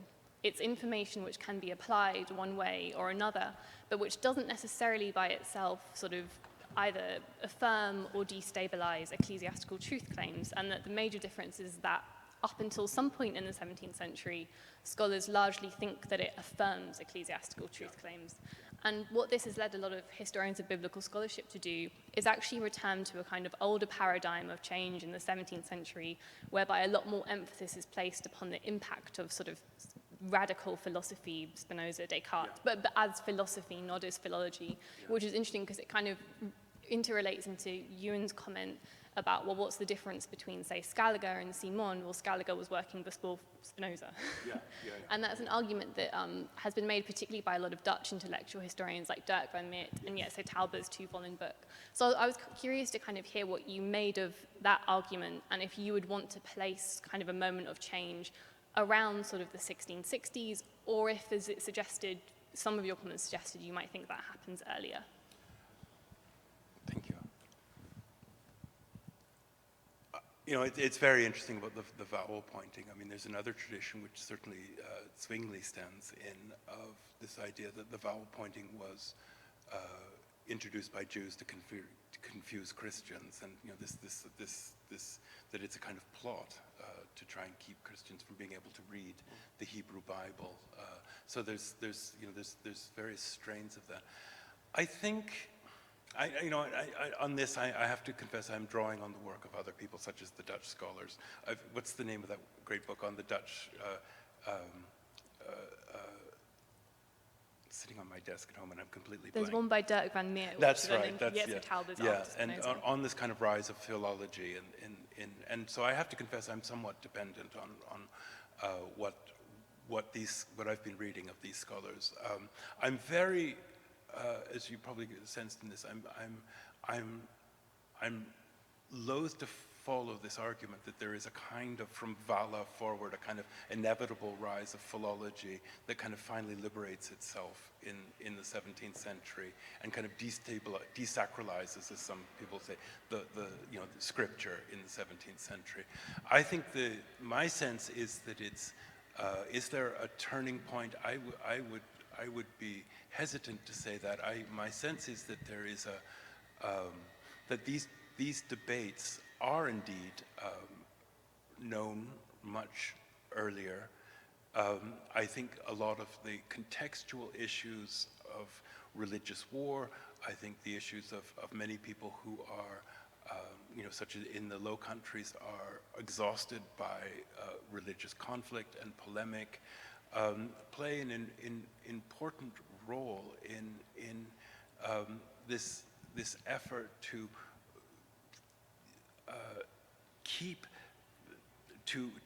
pursue the scholarly work which is philology, which without doubt does acquire a certain status in the 17th century, which is probably somewhat more independent of theology and other forms of biblical exegesis. I think the short answer is I'm not seeing anything that would allow me to pinpoint a moment for this. I think there are many different things happening at the same time, because I think a lot of these people who are involved in philology are also, like Grotius and others, are deeply, these questions of philology are deeply embedded in a whole range of other issues, such as the status of Christianity, the status of the relationship between theology and the Bible, the questions of the Bible. I think what I want to say is these are all interconnected, and I don't feel comfortable about seeing this as a narrative that leads to a parting of the ways in the 17th century, and that we can look at one particular figure or another to say this is when it really happens. I think the whole debate running up through Spinoza is deeply complicated and doesn't allow that kind of easy narrative. And of course, you mentioned a couple of names. I mean, you implied La Perrière, yes, and Spinoza. Now, Kirsten, you were talking about his philosophy rather than the Tractatus in 1670, but that's also part of the story. And then Seymour.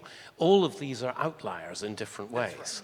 All of these are people who are doing things that seem to their contemporaries who had the same evidence to be pretty crazy. I mean, Seymour does this extraordinary move where he says, because the text of the Bible is so unstable, therefore we have to rely on the divinely inspired tradition. That's right, and I think this is, I had a conversation with Jonathan Sheehan about this. He wrote a book called The Enlightenment Bible, and I said, you know, we were actually playing golf at the time, and I said to, and I said to, you know, I really like what you're doing, but, you know, in the kind of broader context of this, you're talking about a very small number of people in this, and it's fascinating. But his argument is that there moves towards a kind of more cultural reading. The Bible becomes a more cultural book through this period, which in some ways, but I think you have to, this is what I was trying to suggest, there are many different things happening at the same time, and if you follow one group of intellectuals, you can create a narrative, which I think is rather misrepresents the period. Mm-hmm. Thank you, yes. Anyone else like, yes, please. Go. Would you like to pick up the microphone? Kirsten has the microphone. Thanks. Thank you. I wondered when you were talking earlier about the text. I mean, Jerome, in all of his commentaries, already does a lot of sort of textual criticism, very deeply. So no one could read Jerome and not realize that there were multiple traditions that were unstable. Yeah. So what happened to that deep tradition in Catholicism, or did the nascent Protestants just set it aside? I mean, it was so deep in the culture. Yeah, it's very deep, and of course, and so intellectual. The symbolic value of Jerome is enormous in the Renaissance. I mean, Erasmus, you know, saw himself as Jerome to his age, and of course, by the way, and Nicholas of Cusa. Yes, picked it up. Yeah, and so. And of course, as you know perfectly well, all the prefaces have been printed through the Middle Ages. They knew this. They knew this. Erasmus is deeply read in Jerome, as are people like Cardinal Cayetan, who very much embraces the kind of spirit of Jerome as his inspiration for the kind of linguistic textual work that he's doing. That tradition is very strong. What happens, I think, in the Catholic context is particularly fascinating. There is, as you know, the Pagninus. There are many others who are deeply involved in the Catholic in this humanist work, which sees itself very much in the light of Jerome. You'll go back to Eugene Rice's book on Jerome in the Renaissance. You know, this absolutely towering figure for them in the Renaissance. Erasmus's life of Jerome is very much about this as his work. It's but as with Erasmus himself, with the Council of Trent, there's an element in which that's just simply closed down. When they make the decisions about the Vulgate, they're not saying that the Greek and the Hebrew are not important, or that this work on them is not important. But from the perspective of the Church, it is going to be the Latin Bible, which it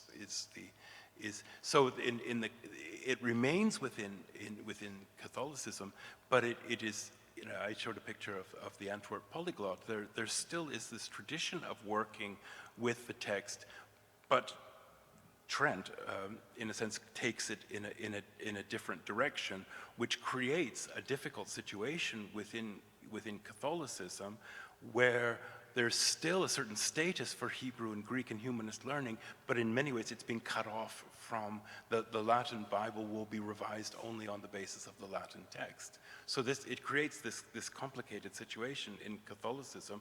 I mean, Cayetan is censored, and Erasmus is put on the index, and so there's that. Within Protestantism. When you read through the biblical work of Protestants, Jerome is cited again and again as the great inspiration they're very well versed in what Jerome was doing, and they define themselves very much in terms of continuing that work. They believe that what is almost a kind of divine intervention for them is that they've been able to build on Jerome because they have access to a greater number of manuscripts. They have access to languages that Jerome did not have.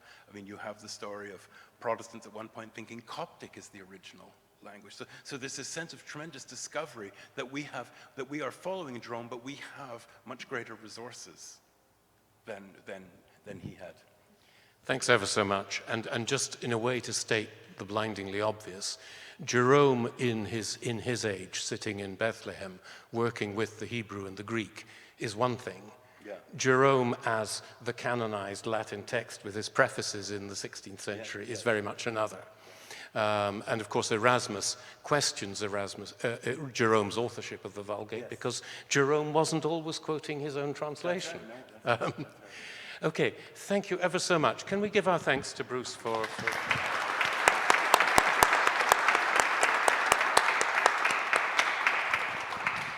Let's take about a 10-minute break, and then we will have our second paper. And as I say, I'm thrilled at the way the interconnection between so many of our themes is already starting to take shape.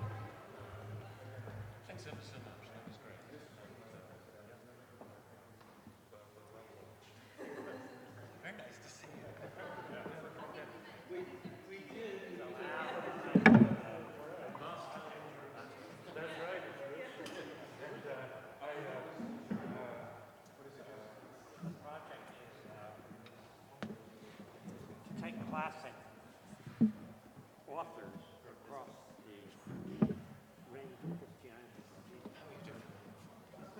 Well done. As I say, if you need to get up and walk around or find a more comfortable chair, just up your argument.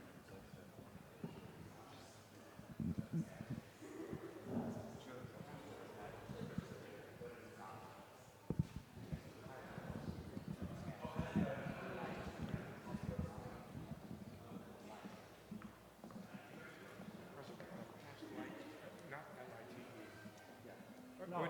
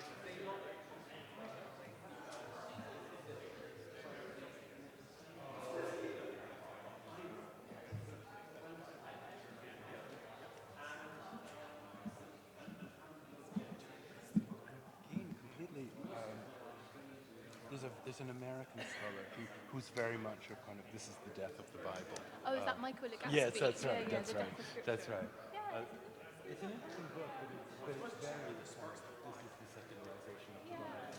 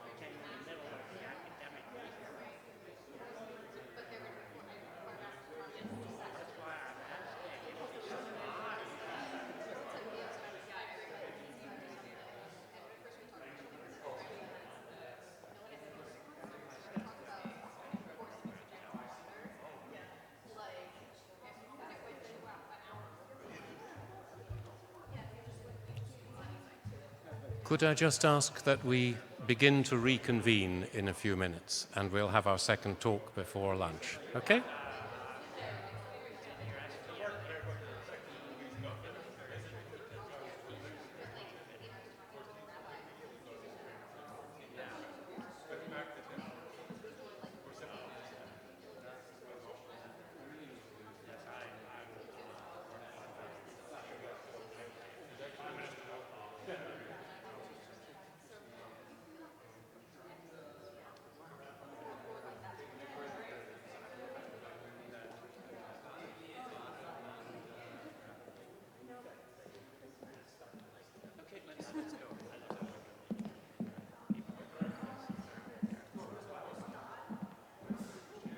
Good to meet you in life.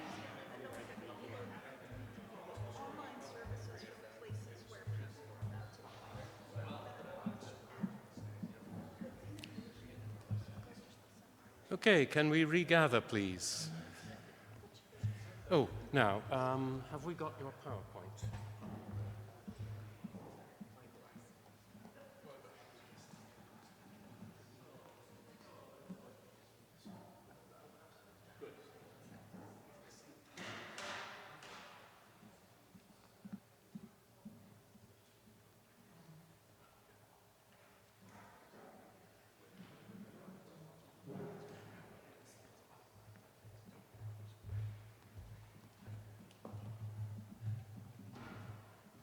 Okay, thank you. The temptation to tell anecdotes on an event like this is almost irresistible. The anecdote I have to tell about how I first met Dr. Kirsten McFarland is quite memorable. It was in Jerusalem. One doesn't get a chance to say that line too many times, but there was a conference organized by a professor from Bar Ilan, which actually met in the Hebrew University campus in 2017.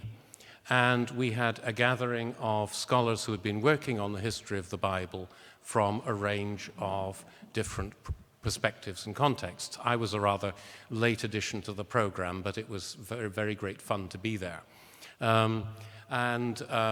Bruce Gordon, who was also there, will confirm what I have to say. I had already come across Kirsten McFarland's work because as a break from reading Bruce's book proposals, many as they are, I was invited to read some of Kirsten's then PhD research as part of someone who was, as it were, recommending her for a postdoctoral fellowship. And I remember writing, I cannot imagine a stronger candidate for this position. So I already knew that Kirsten's work was of the most outstanding quality. And at Jerusalem, I think it's fair to say that Kirsten took the conference by storm and made a fantastic impression on all of us who were there. And that impression was not just, as it were, a casual accident of history, has been shown by the incredibly distinguished career that Kirsten McFarland has had in the last 5 or 6 years, moving rapidly from doctoral work at Oxford to a postdoctoral fellowship at Cambridge to a faculty position in Oxford in the Faculty of Divinity. And, by the way, at Keble College, a college which I actually knew very well in the early 80s when I also taught there.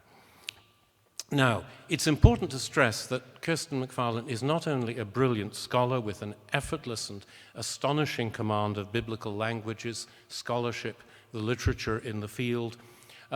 She is also someone who has taken one of the most rebarbatively difficult figures of the 16th and 17th century and made him almost central to our understanding of the relationship between biblical scholarship and culture. I'm referring to someone who, until a few years ago, was really only known to biblical theology and history geeks, the English scholar Hugh Broughton, a man who was legendarily so difficult to work with that he was blackballed from the Commission of Translators from the King James Bible. That's true, isn't it? We have today a wonderful spark from the anvil of Kirsten's work on Broughton, following how the lessons of this extraordinary biblical scholar played out in communities of faith in the British Isles and in North America. And so her title, which I thought was so lovely, I didn't want it abbreviated, is Grocer, Draper, Skinner, Divine, Towards an Intellectual History of Lay Believers in Post-Reformation England and New England. Kirsten.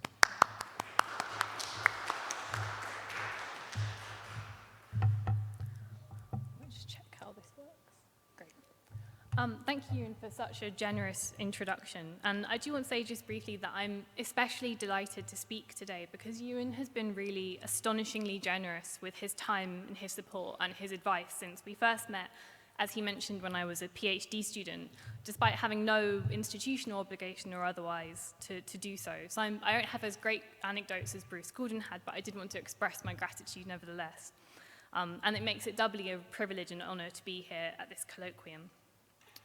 And since the theme of the colloquium is reforming the Reformation, I did want to also begin a bit by talking about how I think the material I want to present today links into some broader trends in Reformation studies, as well as its future. And this is particularly relevant for me because my own background is not so much in Reformation history, traditionally defined, but rather in the history of scholarship. And over the past 40 to 50 years, historians of scholarship, as we heard in Bruce Gordon's paper, have made increasingly confident ingressions into the history of Christianity. People like Anthony Grafton, Anne Blair, and Bill Borman have reconstructed the development of critical historical scholarship as a key part of early modern intellectual culture. And they've shown how it had a profound impact on Europeans' understanding of the early Christian past, with significant ramifications for the study of theology. And in fact, a new younger generation of historians of scholarship, people like Dimitri Levitin, Tim Twining, Nick Hardy, or Madeleine McMahon, have started to argue actually much more explicitly than an older generation that Reformation studies needs to engage more seriously with this type of scholarship, and specifically that the intellectual history of the Reformation is incomplete unless we place it directly into the context of pan-European Neo-Latin biblical criticism of the most complex and daunting kind. But at the same time, again, as Bruce Gordon outlined, like many fields, Reformation studies has experienced something of a cultural turn since the mid-20th century. And this is possibly especially the case for the history of the Reformation in England, thanks to the influence of Patrick Collinson and his students. And alongside traditional questions of church politics, historians of early modern Britain pay increasing attention to how the Reformation manifests on the ground in the lives of ordinary people, changing their attitudes to gender, to landscape, to material culture, to death. And this approach has enormously expanded the remit of Reformation studies, enabling it to attract young scholars who would probably previously have classed themselves primarily as social or cultural historians. And I think that here the observation of the medieval historian Sarah Foote is particularly apt. She points out that many journals in the field have rebranded themselves to reflect this expansion, such as the Dutch Review of Church History's revamp as Church History and Religious Culture. Now, obviously, the cultural turn is a long-established and well-recognized phenomenon, whereas the turn towards scholarship and erudition that I described at the beginning might still be described as more emergent. But the problem, to me at least, and I think that Bruce Gordon also alluded to this as a problem in his own talk, seems to be that both trends sometimes operate very much at arm's length from each other, and it can be difficult to see how they might be brought into conversation. Put simply, the glittering polyglot Hebrew and Greek learning of the scholar might well be important to the elegant philosophizing of the theologian, but what relevance can we say it had to the pragmatic piety of the ordinary believer, or to vernacular religious culture beyond the elite centers of learning? Of course, there has been work that suggests there might be some relevance. Historians like Peter Lake and David Como have long pointed out that the Puritan public could take a surprisingly powerful interest in technical clerical debates. Others, like Joanna Harris and Elizabeth Scott Bauman, have recovered a strong classicism underlining the reading interests of the Puritan nobility. But the problem in fleshing out these hints lies in the evidence. Because much of the surviving data we have as to the reception of biblical scholarship beyond the realms of scholars tends to come from ministers rather than from the laity themselves. And when it does come from the laity, it tends to come from the most socially elite end of the spectrum, from the nobles and the aristocracy.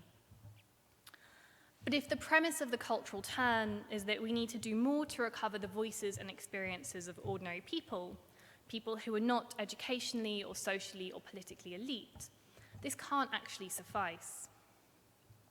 So in this lecture, I want to present a case study which I think addresses this problem.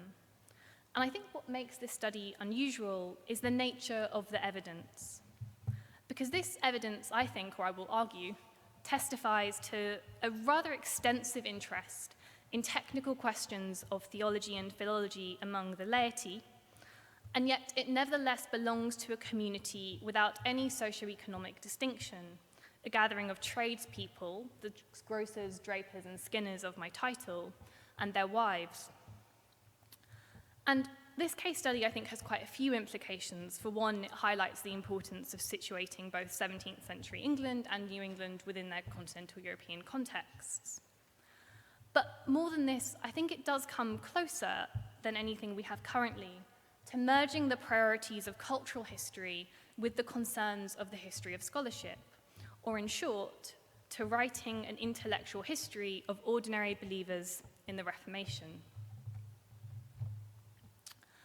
And to introduce you to this story, I want to begin with a curious Bible that I found in New York Public Library. It was a 1577 Geneva New Testament, shown here, amended by an early 17th century hand. The annotations were in English, Hebrew, and Greek. They were what we would call learned, reflecting interests one would normally associate with a university-trained cleric. For instance, on the Bible's flyleaves was a note about how Paul's Greek was influenced by Callimachus and Hesiod. Another note listed New Testament Hebraisms, as found listed in the work of great European linguists like Angelo Canini. Next to this was a catalogue of Hebrew synonyms for the Greek eklektos, elect, looking for precursors to the Reformed concept of election. And yet, in other ways, as you might be able to tell even from these photos, the Bible was very strange. Because the hand was shaky, the Greek and the Hebrew are awkwardly formed, as if by a novice, at odds with the confident erudition in the note's content. And this strangeness was only compounded when I was able to establish that the annotator was not, as I had thought, an Oxbridge clergyman, but a 50-year-old woman, Ithamar Bennett née Rawlins, the wife of a London linen draper. The Bible was purchased by or for Ithamar in 1587, when she was 20 years old, and she annotated it in this fashion 30 years later. This was strange, and it immediately raised two questions. First, how did Ithamar gain access to all this material? And second, was her Bible a one-off? The first question was particularly intriguing because I don't actually think Ithamar could read Latin. And so she, like most laity at this time, required a mediator to access the scholarship her notes reflect. And among all the English writings at this time, there's actually surprisingly little that presents such high-octane biblical scholarship as in her notes. And the pool gets even smaller, given that the work had to be affordable. Since as the wife of a linen draper, Ithamar was financially stable, but she could not have afforded large imported continental European tomes. However, there was one writer who fulfilled these conditions, the English Hebraist Hugh Broughton. Broughton is a very unusual individual, and I don't have time to expand on this today, but for this talk, what is important to note is that throughout the 1590s until his death in 1612, Broughton flooded the London book marketplace with affordable vernacular pamphlets that offered ready access to the complex, linguistically challenging scholarship of the kind you'd normally only find published in Latin on continental European presses. But more than simply writing in English, Broughton used every trick of the trade to make his work comprehensible even to those with limited literacy. For instance, Broughton's chronological work presented its data in a much more visual way than other chronologies, using features like this fold-out map to illustrate phenomena like the dispersal of Noah's sons across the world. His genealogical work on the biblical genealogies of Matthew and Luke shows a similar trend. He experimented with how to present his ideas before eventually formulating them not as discursive prose, but as diagrams, printed first in 1595 and later with the King James Bible in formats from folio to duodecimo. And indeed, these diagrams represent Broughton's general tendency to present his work not as long blocks of prose, but in tables, lists, and other easily absorbed structures, and to use frequent engravings to show, rather than to tell, his interpretation of biblical history. All this is not to say that Broughton sacrificed the intellectual content of his work, but rather that his imaginative approach to its presentation was a deliberate strategy, I think, of accommodation to make his work accessible to people just like Ithamar. Now, Broughton's work was popular on a previously unrecognized but absolutely massive scale in Jacobean London, in a way that I think speaks to an otherwise unmet lay demand for biblical scholarship. And this popularity was enhanced by several features that made Broughton in particular attractive to the Puritan laity. First was his unyielding defense of biblical purity. Second, the aura of controversy around his writings, which were treated as suspect by ecclesiastical authorities. But finally, the fact that in the last year of his life, as he was dying from tuberculosis, he returned from exile in the Netherlands and gave a sensational lecturing tour of London that attracted a really large and young Puritan crowd. By his death in August 1612, he had so many admirers that his body, according to his biographer John Lightfoot, was ritually carried by, quote, a great multitude from Tottenham High Cross to St. Anthelin Church. And this is where our second question comes in. Because as this suggests, Ithamar's Bible was not in fact a one-off. She was merely one among many admirers who valued Broughton's work for the access it gave them to cutting-edge European biblical criticism. And if we focus more closely on Ithamar and how she obtained her Bible, we can peek behind the curtain of this great multitude and establish exactly who they were and why they mattered. So, let's go back to Ithamar's annotated Bible. Ithamar seems to have copied her annotations from another Bible owned by her sister, Tabitha Baynard, now also in New York Public Library. Tabitha's Bible was in turn given to her by a friend, one Edward Holyoake. Holyoake came to London aged 18 to be apprenticed as a grocer. He had attended Broughton's dying lectures. He was one of his funeral processants, and he perfectly fits what we might call the type of the lay Puritan. He spent most of his spare time gadding to sermons and reading scripture. Holyoake, according to the inscription he wrote in this Bible, annotated it especially for Tabitha from a third Bible amended in Broughton's own hand, which Holyoake had obtained from John Turner, the Middleburg separatist, in 1615. And already, this example shows lay readers poring over a Bible amended in a highly scholarly manner and circulating copies enthusiastically amongst themselves. And even in this small exchange, we have some remarkable features. Ithamar and Tabitha's participation attest to female interest in New Testament criticism, and we can also see Edward Holyoake, a grocer without any university education, knowing enough to sign his name in Hebrew, as you can see in the right-hand side, in his note to Tabitha. But this is in fact merely the tip of the iceberg, because Tabitha, Ithamar, and Edward give us access to a much larger circle of interested laity. This circle was fascinated by biblical scholarship and valued Broughton as a way into it, actively seeking out his correspondence and any evidence relating to his works. They wrote to the continental European institutions Broughton had visited, and they wrote to individuals who had heard him preach. Using local Puritan connections to nonconformist exiles in the Netherlands, they obtained books from his library, especially prizing works he had annotated, and they then circulated these for copying. They even visited the homes of men who had collaborated with Broughton, although not always successfully. For example, in one annotation, Holyoake recorded a difficult meeting with the cartographer John Speed, who boasted of burning all of Broughton's papers. And then, finally, to ensure that the wisdom that they were collecting could be shared and preserved, they set in motion an impressive system of scribal copying, compiling extensive handwritten anthologies of scholarship, such as these, which they circulated and seemed to have regarded as communal group possessions. Some of these anthologies were purely handwritten, but others, like this collection from 1609,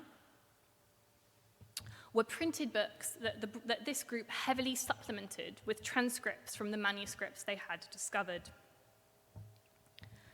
Now, thanks to the metadata in these compilations, the group's activities can be dated precisely to the 1610s to 1620s and attributed to about 30 contributors, of which I've identified 18 names. These 18 reveal a group closely bound by kin ties. Caleb was the brother of Tabitha and Ithamar. Ithamar married William. John Bridges was the brother-in-law of Holyoake. The two Cottons were brothers, and the Claytons intermarried with the Cottons. Geographically, they clustered in central London, in the area around St. Paul's, highlighted here on an early modern map. Now, the importance of interlocking familial units for the dissemination of this type of scholarship can't actually be overstated. For instance, as well as sharing resources with her sister Ithamar, Tabitha also introduced her children to biblical scholarship, giving 15 Broughton tracts, bound with her gold-tooled initials, to her daughter, Zabe, and at least one also to her son, Adiel, who, as you can see here, wrote his name in Hebrew on the inside. Tabitha also had a central role in the group as a contributor of fresh manuscripts, because aged about 41 in 1615, she was one of the group's older members and held a special status as someone who had known Broughton personally. And indeed, beyond the content of his works, this group actually had an intense personal admiration for Broughton. And this is clear in objects, such as this portrait of Broughton, hand-carved into an oak panel by Charles Clayton in 1626 from a 1620 engraving. And all this is to say that Broughttonianism, as I have called it, was a cultural as well as a religio-intellectual phenomenon in 17th century London. Now, given the very high levels of philological knowledge required to read a lot of Broughton's works, it's worth establishing the educational levels of the group. Because some, like Thomas Hayne and Roland Cotton, were university educated, and they had knowledge of Latin, Greek, and Hebrew. Others, as I suspect Holyoake, Pynchon, Bennett, and Caleb were, had schoolboy Latin, but they were self-taught in Hebrew and Greek, whereas others yet, like the Rueland sisters, only knew English. But the lesser educated group members were helped by two factors. First was the increasing number of scholarly tools available to the layperson. The first English to Hebrew grammar was published in 1593. But for anyone who could learn even the most basic Latin, concordances like Conrad Kircher's 1607 Hebrew-Greek lexicon were a vital way to move between the three sacred languages of Scripture without actually needing a deep knowledge of any of them. And in fact, thanks to David Powers, we have one Broughtonnian, William Pynchon's copy of Conrad Kircher's Hebrew-Greek concordance, annotated as he independently explored the issues that Broughton's work raised. And this is particularly interesting, actually, because you can see how much he's struggling, not just with the Hebrew and the Greek in this, but even with the Latin, which he often kind of translates into English on the side, sometimes in multiple forms. And you get a real sense of someone who doesn't quite have good enough Latin to be confident using this type of work, that is just enough to be able to access it. But for those who struggled even more with Latin than Pynchon, the group's structure itself actually offered aid, because most foreign texts were translated by the more learned members and then circulated in English, as we see in this compilation, where Thomas Hayne has translated a Latin treatise on the dialects of New Testament Greek into English, and then has written a little note warning the reader that they might come across lots of texts written in English, but actually they're just translations. Now, although I've only managed to be able to count 30 active contributors, the total number of people interested in this type of scholarship were actually large enough that the London presses treated them as a self-contained market. Some printers, like William White, produced massive reruns of Broughton works, and recognizing this demand, the Broughtonnians themselves submitted their own manuscripts to local printers, who then published them from 1607 to 1614. In sum, we have here a lay community, male and female, with very varying levels of education, who went far beyond the usual Puritan pursuits of sermon gadding and scripture reading, and instead took an intense interest in biblical scholarship, expanding their knowledge through a communal enterprise of locating, transcribing, translating, and circulating relevant works. Here, activities that historians have sometimes seen as elite and exclusive, like looking for New Testament Hebraisms, were exciting rather than alienating and inaccessible. And as far as these early activities go, they're really more aspirational than independent. But these years in London paved the way for the group to go quite far beyond simply copying and disseminating.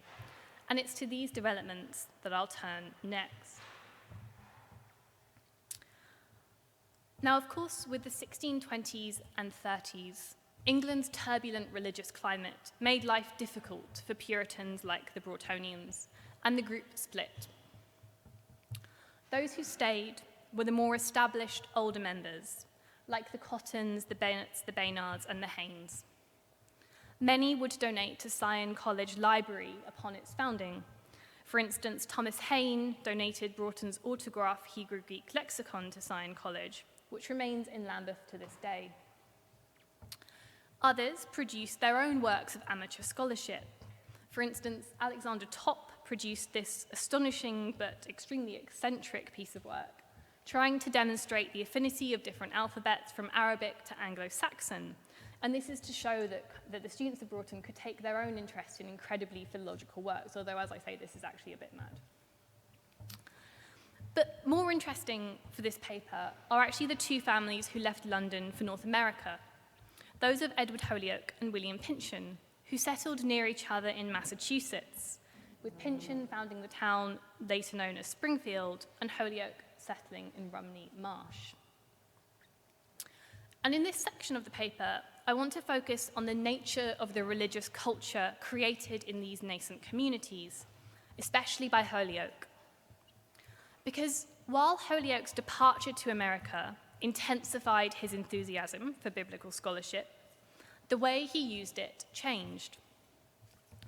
And we actually have very valuable evidence to illustrate this, because the books Holyoake took with him have survived and are heavily annotated in easily datable layers of marginalia. And today I want to focus in particular on 3 books, all of which are copies of Broughton's earliest publication, his 1590 Chronology, a Consent of Scripture, and all of which contain annotations from Holyoake's years in London through to his death in Massachusetts in 1660. The oldest copy is in the Houghton Library, with annotations from the 1610s to 50s on interleaved pages as well as in marginalia, and all very, very roughly written. The next oldest copy is in Harvard Divinity School Library, with annotations from 1631 to 59, confined to interleaved pages, and this copy is actually very beautifully illustrated, including this vividly hand-colored copy of a Hebrew map showing the settlement of Noah's sons across the world. The final copy is in the Folger Shakespeare Library, annotated after Holyoake's immigration in 1638 on interleaved pages and in the margins. Now, in terms of content, most of Holyoake's notes here develop Broughton's chronology by supplementing it with fresh historical data. And to do this, Holyoake used manuscript writings by Broughton, as well as similar English authors, such as Henry Ainsworth. But Holyoake also drew on the Jewish texts, originally in Hebrew and Greek, which Broughton's work frequently translated at length, from the Talmuds through to Saadia Gaon and Maimonides, to Isaac Abravanel and the Maharal of Prague. And this use shows one value of Broughton's work for the autodidact: access to a crucially important, but otherwise totally inaccessible set of primary sources. And indeed, Holyoake's editions began small, but rapidly grew. For example, one unusual feature of Broughton's chronology was that he had condensed the first 2,083 years of biblical history into one page. But by compiling the Jewish, both Hebrew and Greek sources translated in Broughton, Holyoake could flesh this initial time span of 2,083 years out, as he did in a 48-page addendum to the Houghton Consent. Later on, Holyoake expanded this further into the Harvard Divinity School Library Consent, although he was stopped by illness, specifically by gravel in his kidneys.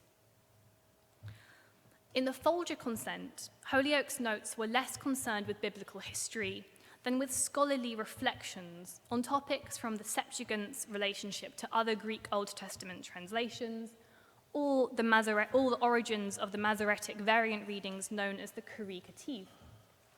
And I show this to you to illustrate that this is not lightweight stuff. Holyoake's not simply taking the most accessible and easiest bits from Broughton, but is really delving into some of the most complex material. Now, I'm sure some of you are thinking, but what does all this have to do with piety in Holyoake's community? Well, despite their differences, the annotations in these copies have one thing in common. They show Holyoake continually catering for an audience beyond himself. Holyoake offered extensive commentary on his annotations and gave instructions on how they should be read. He warned the reader about imperfections and made references to local sermons, which he expected the reader to have heard and to remember. In other words, his notes suggest that Holyoake made his annotations not as a private record, but as a semi-public or community object, just as the manuscript anthologies he had helped compile in 1610's London were circulating group possessions. And this is in itself perhaps unsurprising, because given New England's limited access to fresh books, it makes sense that texts brought with them would have been disseminated widely. But I would go a step further than this to argue that these books served a purpose in New England that they did not in London. And in particular, I'm absolutely convinced that Holyoake viewed biblical criticism not just as an educational, but also as a devotional resource. In other words, he believed that engaging with even the most esoteric forms of biblical criticism could provide the same benefit of enlarging one's piety as offered by classic devotional resources like Guides to Conversion, Spiritual Verse, and other Puritan study sellers. And I think that this is clear throughout Holyoake's annotations, which constantly outline the spiritual value of scholarship. For instance, the fact that Noah could be calculated to be 500 years old before he got married offered, Holyoake said, a lesson for young Puritans, because modern men were, to use Holyoake's analogy, as voluptuous as horses. Similarly, Holyoake observed how Noah's preservation on the ark during the flood could act as a comfort to New Englanders who took similarly dangerous voyages by sea. But the spiritual benefit of chronology was not merely that it offered historical content for devotional reflection. It's not just that it offers useful anecdotes. Rather, to Holyoake, the act of following the patterns that historical chronology revealed was its own kind of pious exercise.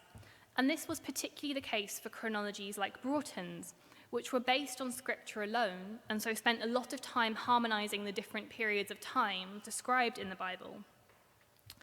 And Holyoake's notes describe in detail how he extracted spiritual profit from chronological computation, for instance, from the repetition of patterns like the recurrence of the number 7 across the sequence of Jubilee years from creation to Jesus, or from the recurrence of critical moments at equivalent temporal intervals throughout history. In other words, it was the complex interaction of different numerical patterns in biblical chronology, the very aspects that make it so difficult for modern readers to follow, that to Holyoake enabled his scholarship to fulfill both an educational and a devotional spiritual impulse. The intellectual process of untangling the knots of time could increase piety in the soul as much as the exercise offered by conventional devotional literature. But you don't have to just take my word for it. We can look at Holyoake's words himself on this matter, that by minding the former things, the godly soul will be humble and know Jehovah. But this did not just apply to chronology. The process of understanding the intricacies of biblical philology, in his eyes, offered similar benefit. And again, elsewhere, Holyoake was explicit about how scholarship could stir delight in others to search into the blessed scripture and cause the godly heart to enlarge 100-fold. And this is also why Holyoake repeatedly referred to his notes, not as annotations, but as meditations.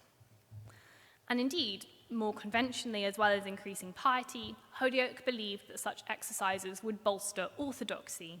And this, he noted in one annotation, had been his own experience when his meditations moved him to write in 1653 to Henry Dunster, president of Harvard, who had just publicly rejected infant baptism, to try to persuade him of his error. By transcribing this letter and noting its origin into his meditations, his annotations, Holyoake hoped to inspire similar initiatives in his readers. So, what does this tell us about the religious culture of Holyoake's community? Well, seeing Holyoake's Broughtonana as semi-public books corroborates a lot of recent research that reads the Puritan circulation of books as a social practice to sustain communal faith. But that the foundation of such religiosity should be such technically demanding philology, I think gives us quite a different image of such piety to our traditional vision. Because the godliness of this Puritan community emphasized a kind of learned devotion or piety through erudition. And we can see just how unusual this is by comparing Holyoake's use of Broughton's consent to Henry Dunster, president of Harvard's, use of the very same book. Unlike Holyoake, Dunster was university educated, ordained, and embedded in the most elite institutions, both in England and New England. And so it's not a coincidence that Dunstan's annotations of Broughton's consent concern very traditional scholarly problems, like the timing of eclipses within the Julian period, and use traditional scholarly resources like Ptolemy's Almagest to do so. Dunster read chronology exactly as he had been trained to read it. But for Holyoake and his community, the work elicited a more complex spiritual response. And in fact, Holyoake thought that his devotional reading of scholarship was so valuable that eventually, nearing the end of his life and encouraged by his friends, he decided to print it.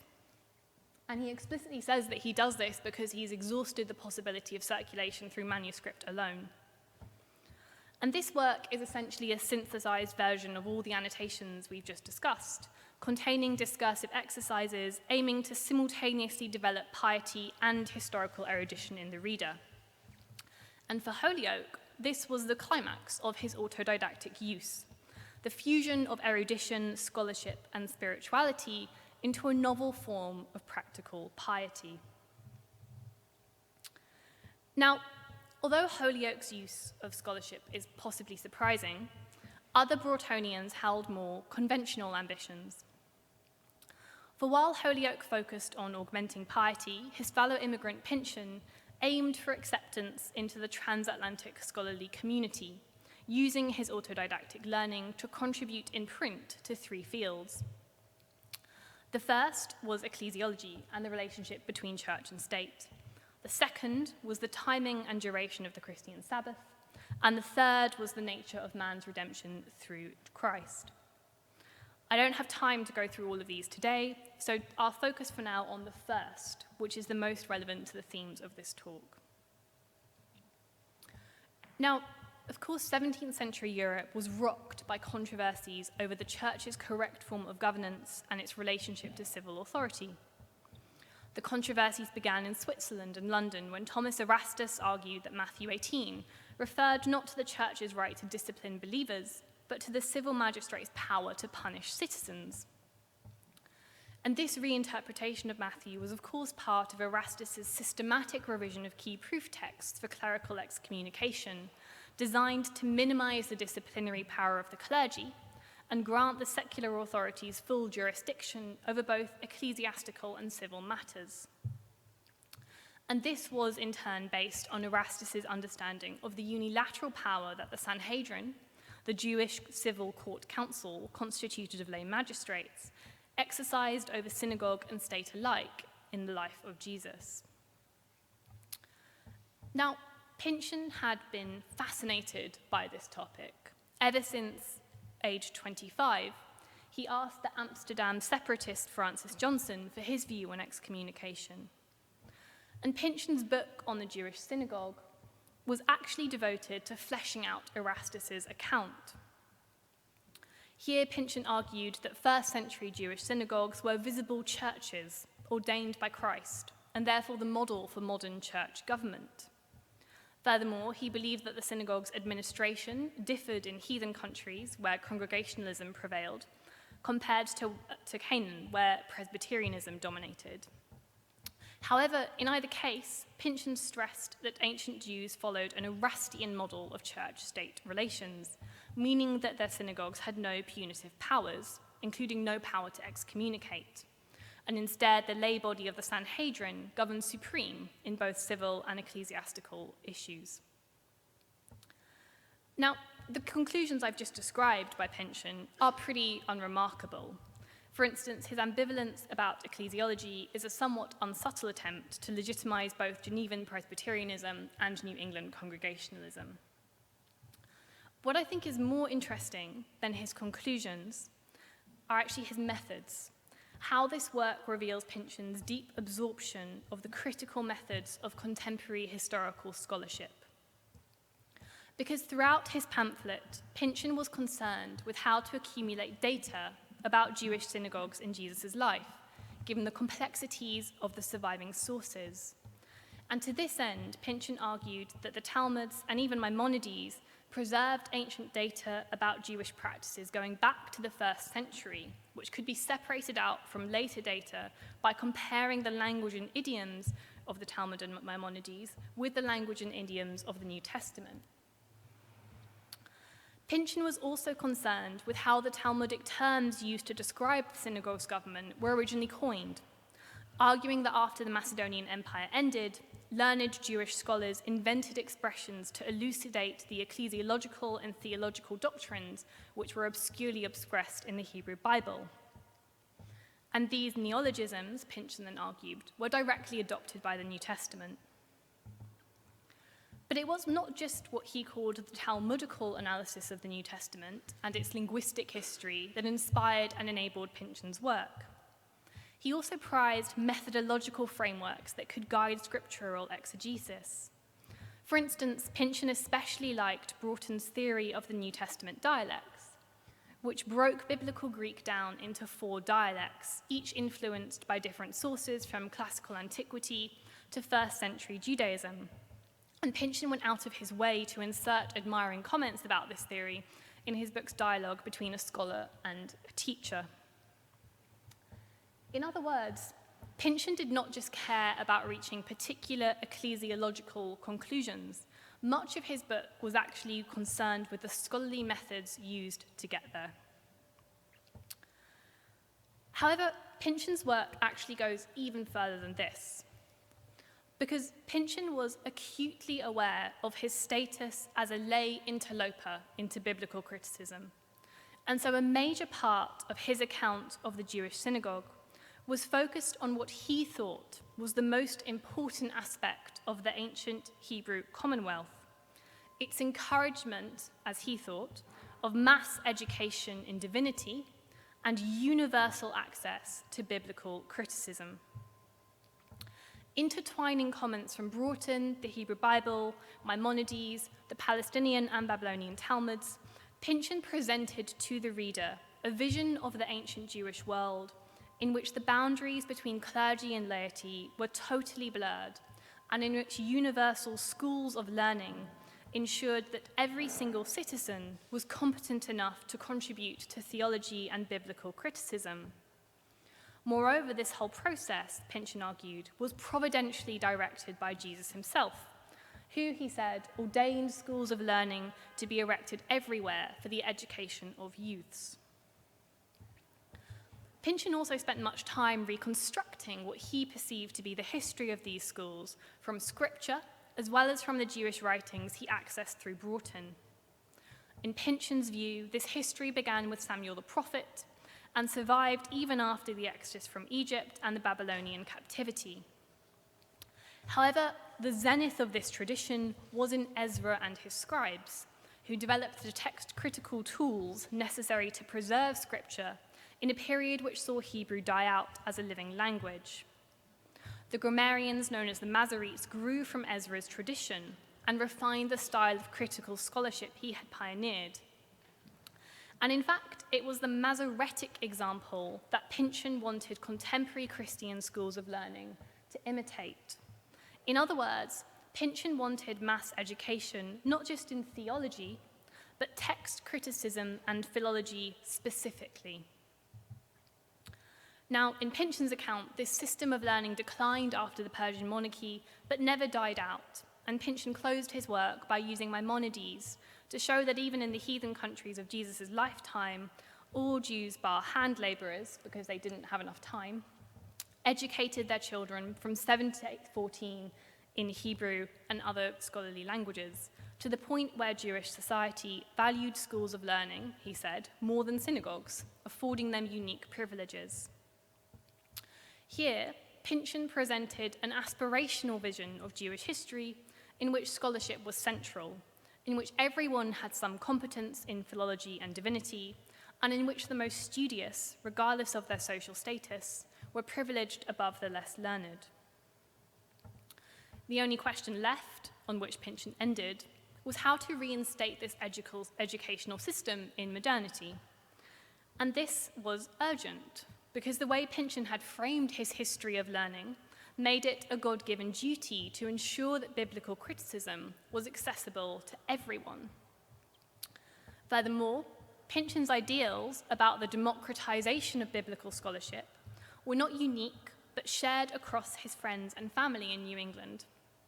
Holyoake's annotations expansively reiterate Pynchon's ideas on this subject, and in fact, this was an ideal that Pynchon's local minister, George Moxon, put into practice, because Moxon's sermons, which we have recorded in contemporary notes, stress the necessity of everyone having enough knowledge to judge theology for themselves, and he regularly allowed local laymen to trial out their ideas by preaching in his place, here with Pynchon preaching actually on the atonement, so there's no area that's kind of off limits. And later, Holyoake and Pynchon's sons, Eliezer and John, would do the same. In sum, Pynchon, Holyoake, and their community we're interested in biblical criticism not merely as reading material, but as an ideal around which society, community, and even piety could be structured. This idea was based on Broughton, but developed far beyond what he had imagined by this group, who explored in unprecedented depth what they perceived to be the historical Jewish roots of mass education and aspired to embody its aims. And I think this is significant for several reasons. Firstly, as I alluded to earlier, it offers a different account of popular Puritan culture than the one we're used to, more ambitious, more aspirational, more heavily invested in scholarly forms of learning, as well as in recentering spiritual growth around apparently rarefied scholarly resources. Perhaps more importantly, however, I think it also offers a warning against assuming that the religio-intellectual preoccupations of the pan-European Neo-Latin elite were necessarily not of interest to lay believers. Because as this example shows, such scholarship could not only be appealing to a literate, godly audience, but could be creatively merged with piety in a way that defies the boundaries historians often erect between the learned sphere of Neo-Latin criticism and the vernacular culture of ordinary men and women. Now, one reason why I find the case of the Broughtonians so exciting is because they suggest a moment of possibility in the 17th century, when biblical criticism looked set to develop down a path of accessibility. It's a moment when the future of scholarship might briefly have seemed to belong more to intimate familial communities than to the learned institutions that would dominate by the 18th century. The obvious question to ask is why this didn't happen. And one answer is that the Broughtonians were too successful. It's beyond this paper's scope, but having warmed up on other topics, Pynchon in 1650 finally delved into theology proper with an audacious soteriology. And from one viewpoint, this was his natural next step, because his soteriology developed organically from his studies of Broughton, paired with his independent exegetical explorations. But of course, no one else saw it this way, and his work denied key aspects of Reformed orthodoxy, such as both active and passive imputation, Christ suffering hell pains on the cross, and it contained a lot of ideas that looked dangerously Socinian. So the result was an uproar. Pynchon was condemned by the General Court of Massachusetts, rebutted by an officially commissioned theologian, and ordered to be publicly burnt, the first time that had happened in Boston. Pynchon, his allies, and even his minister were all forced to return back to England. And this was one of the first factors that killed Broughtonianism, because in both London and Massachusetts, this intellectual activity had thrived in tightly knit community settings. It survived despite its immigration because the youngest, most idealistic members had departed. But with the return of some, but not all of these members, the community collapsed. The practices I've described in this lecture lasted only as long as the original immigrants lived. Their children didn't continue their ideals, but rather leveraged the learning their parents had given them to absorb themselves into the social elites of North America, where they remained. In England, the impact of the Broughtonians waned a lot sooner, and already in the 1640s, men like Cotton were worried that Broughton's legacy was being forgotten. And in fact, it's an irony of history that the most enduring legacy of the Broughtonians was also a symptom of the failure of their ideals. In 1623, a newly ordained 21-year-old named John Lightfoot was assigned to Norton under Hales as his first ministry.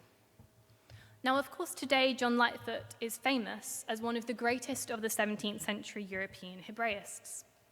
His Horae Hebraicae, the first work to systematically apply rabbinics to New Testament exegesis, was so influential that in the words of William Horbury, it remained the standard rabbinic commentary on the New Testament until Strack-Billebeck began to appear in 1924. And yet, what's very rarely acknowledged by historians is that upon his ordination, aged 21, Lightfoot didn't actually know any Hebrew. So, what changed? The answer is that during his ministry, Lightfoot befriended Roland Cotton, who lived locally. Cotton, one of the oldest Broughtonians, had been taught Hebrew as a toddler by Broughton in the 1580s. And Lightfoot was reportedly so embarrassed by Cotton's expertise that he begged him for lessons. And so Cotton applied Broughton's pedagogy, enhanced with the manuscripts of the Broughtonians, to teach his unexpected new student. And in fact, I've been able to trace large portions of Lightfoot's very first publication, the Eruvim, directly back to the manuscript compilations that I showed at the beginning of this lecture. And Lightfoot even commemorated this debt by producing the much expected opera omnia of Broughton's works, for which he relied heavily on the aging Broughtonians to supply both manuscript works and biographical information about Broughton's life. In short, John Lightfoot, one of Europe's greatest Hebraists, was the most successful product of the circle of amateur scholars that I've just reconstructed. And herein is the paradox, as illustrated by this very opera omnia itself. Because on the one hand, this consolidated edition ensured that Broughton's works survived to posterity. But this consolidation was also a fossilization. This volume would have been far too expensive for any of the Broughtonians to afford in the 1610s. You'll remember that part of his appeal was that he published in these short, cheap pamphlets. Moreover, during the editorial process, Lightfoot eliminated all of the innovative print techniques Broughton had used to make his work accessible, instead replacing them with these pretty daunting blocks of tiny discursive prose. Finally, the ossification of what had been a dynamic manuscript-based community into print disrupted the processes that empowered the Broughtonians to undertake independent scholarship in the first place. Because I've outlined, their endeavors began as expansions of Broughton, and this process of developing their own thoughts under the auspices of clarifying his was how they initially legitimized their activities. But the polished finality of an opera omnia made this kind of engagement much harder to justify. Furthermore, Lightfoot himself, as a university-educated cleric working mostly in Latin, was the very opposite of the audience Broughton had intended. And so it's not a surprise that Broughton's opera omnia never gained the interest Lightfoot had hoped, because written in English, that most parochial of languages, it was inaccessible to the continental European elites who would possibly have most appreciated its content. But as a long, expensive tome, it was unaffordable to the English believers who initially comprised its audience. And so, with Lightfoot, we reach the close of the story of the Broughtonians. Clearly, they're very unusual, but I want to end by thinking back about the comments I made at the beginning about the history of the Reformation and stressing that I wouldn't actually want to overemphasize their uniqueness. Because I do think we just haven't got the research yet to say whether this type of lay appetite for learned scholarship was more universal. And I would hope that by studying more of the transitional figures who popularized such resources, Henry Ainsworth and Edward Lee are the first two who come to mind, I would hope that we can uncover more untold stories like this. Because after all, the educational elite of early modernity had no monopoly on intellectual interest or on academic ambition. And if we start to look for these qualities elsewhere, we might well find them, and in the process reveal a very different picture of what early modern believers in every layer of society were capable of.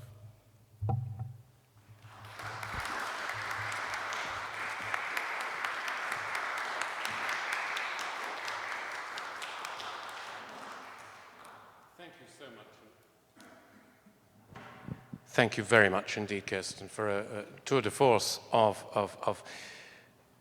calling it microhistory would seem patronizing, but this is a small group of people, and the lesson is so important for making us think afresh about the topics that we've been discussing. We're going to head to lunch in just a little while, but I'd like us to honor your scholarship with a bit of discussion before we do that, if I may. And if I may, first of all, the thing that immediately comes to mind, thinking about as it were, the fruitful reaction between your paper and Bruce's, is now discovering that there are different dialects of New Testament Greek, discovering that there are Greek words which maybe mean something different if you know that they are Hebraisms or Aramaisms that have got translated. All of this, we would assume, is disruptive of the idea of the coherence of the Bible. Now, from your first book, I remember, and I hope I've remembered this correctly, you said that Broughton was convinced that the Bible was internally consistent if only you did the scholarship thoroughly enough. In other words, he didn't believe that scholarship would be disruptive. But other people didn't necessarily share that. And I'm interested in, I mean, obviously, when Pynchon produces his own homegrown theology, that's a whole different thing. But the impact of the biblical scholarship on the stability of Scripture, did that worry anyone? And if not, why not? Yeah, I think that's a really interesting and important question because it is the obvious question that comes up when you see what they're doing. And I think what I would say is that I actually think it's quite a modern assumption that learning or that historicizing a text necessarily means kind of ripping it apart. I think that's also, I would almost say that's a 19th century assumption. And I think one of the interesting things is that for both Broughton, but also for this kind of community, they see scholarship as the tool that can answer the problems that some other types of scholarship create. So they think, well, if we see inconsistencies in the Bible, say we see verses that appear to kind of contradict each other, well, maybe we can turn to, say, rabbinic scholarship, and that will explain that we have misunderstood this element of the New Testament because it's a Hebraism, and then we can apply that scholarship and actually harmonize these two apparently contradictory features. So I think there's a really interesting kind of question about what their attitude or what their belief is in how philology should be used, and that suggests that they see it not as something with any kind of inherent direction, but as really just a tool that you can apply to a problem. And they think they're doing the correct thing by applying it to the problem of, making sure that the Bible is internally consistent or coherent. And they think that when other scholars apply it to sort of show that the Bible is incoherent or inconsistent, they are using it incorrectly. But I think the key thing is that in every case, it's not itself as seen as inherently destabilizing or kind of sort of destructive. It's seen as just, it depends on who uses it. If you use it correctly, it will give the correct result. If you use it incorrectly, you'll give the incorrect result. And that's, I think, something that was interesting in what kind of Bruce Gordon was saying as well, is that clearly changes. And at some point, possibly, definitely in the 18th century, people start to see philology as having an inherent direction.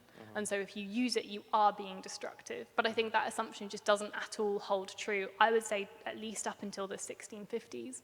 And I think it's one of the biggest problems in how historians have approached the period, is this assumption that early modern scholars thought, as kind of modern scholars think, that to use historical scholarship or erudition or philology is inherently destructive. Yeah.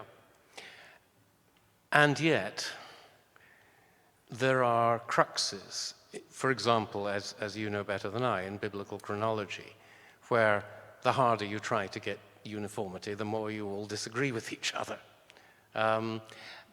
Okay, any other sort of responses or questions or comments? Bruce, okay, there is another microphone going around, but I'll give you this one. Oh, Chris has got it. Go ahead. Thanks so much. I can't remember the title or the person, but one of your early slides gives one, I think, one of the texts of Broughton, and then the title is, and then it says, "Is but a translation." When I saw that, I was very interested. How do they view translation? Do they see themselves as already removed from what would have been a better exposition of this? Do they think that they have something inferior when they have a translation? I'm just interested by what did he mean when it said, "but a translation"? Thank you. Yeah, that's really interesting because they have a very, very deep distrust of translation. Yeah. And part of what's motivating their early activities is that they believe quite strongly that if they're not able to read the Bible in Hebrew, in Greek, then they are fundamentally not reading the Bible. And they also have a very strong sense that different Bible translations will be filtered through different confessional perspectives, and that it's incumbent upon them as believers not to read the Bible in translation, but to read the Bible as it originally was. And that's reflected in the slide that you showed, where Thomas Hayne, that's an interesting case because he's actually circulating a treatise of Broughton's that was originally written in Latin. he's translated it into English, but he's very clear, and it's striking that he goes out of his way to stress this. He says, this is but a translation. It's not in Broughton's original prose, so you can't hang too much on the wording.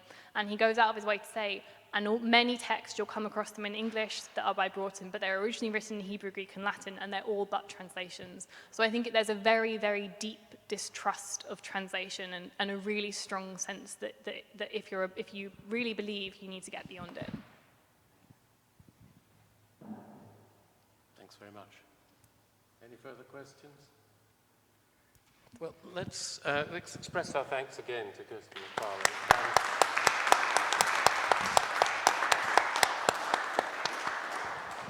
Now, Chris, you have a microphone in your hand. Is there anything you would like to say about the logistics of lunch?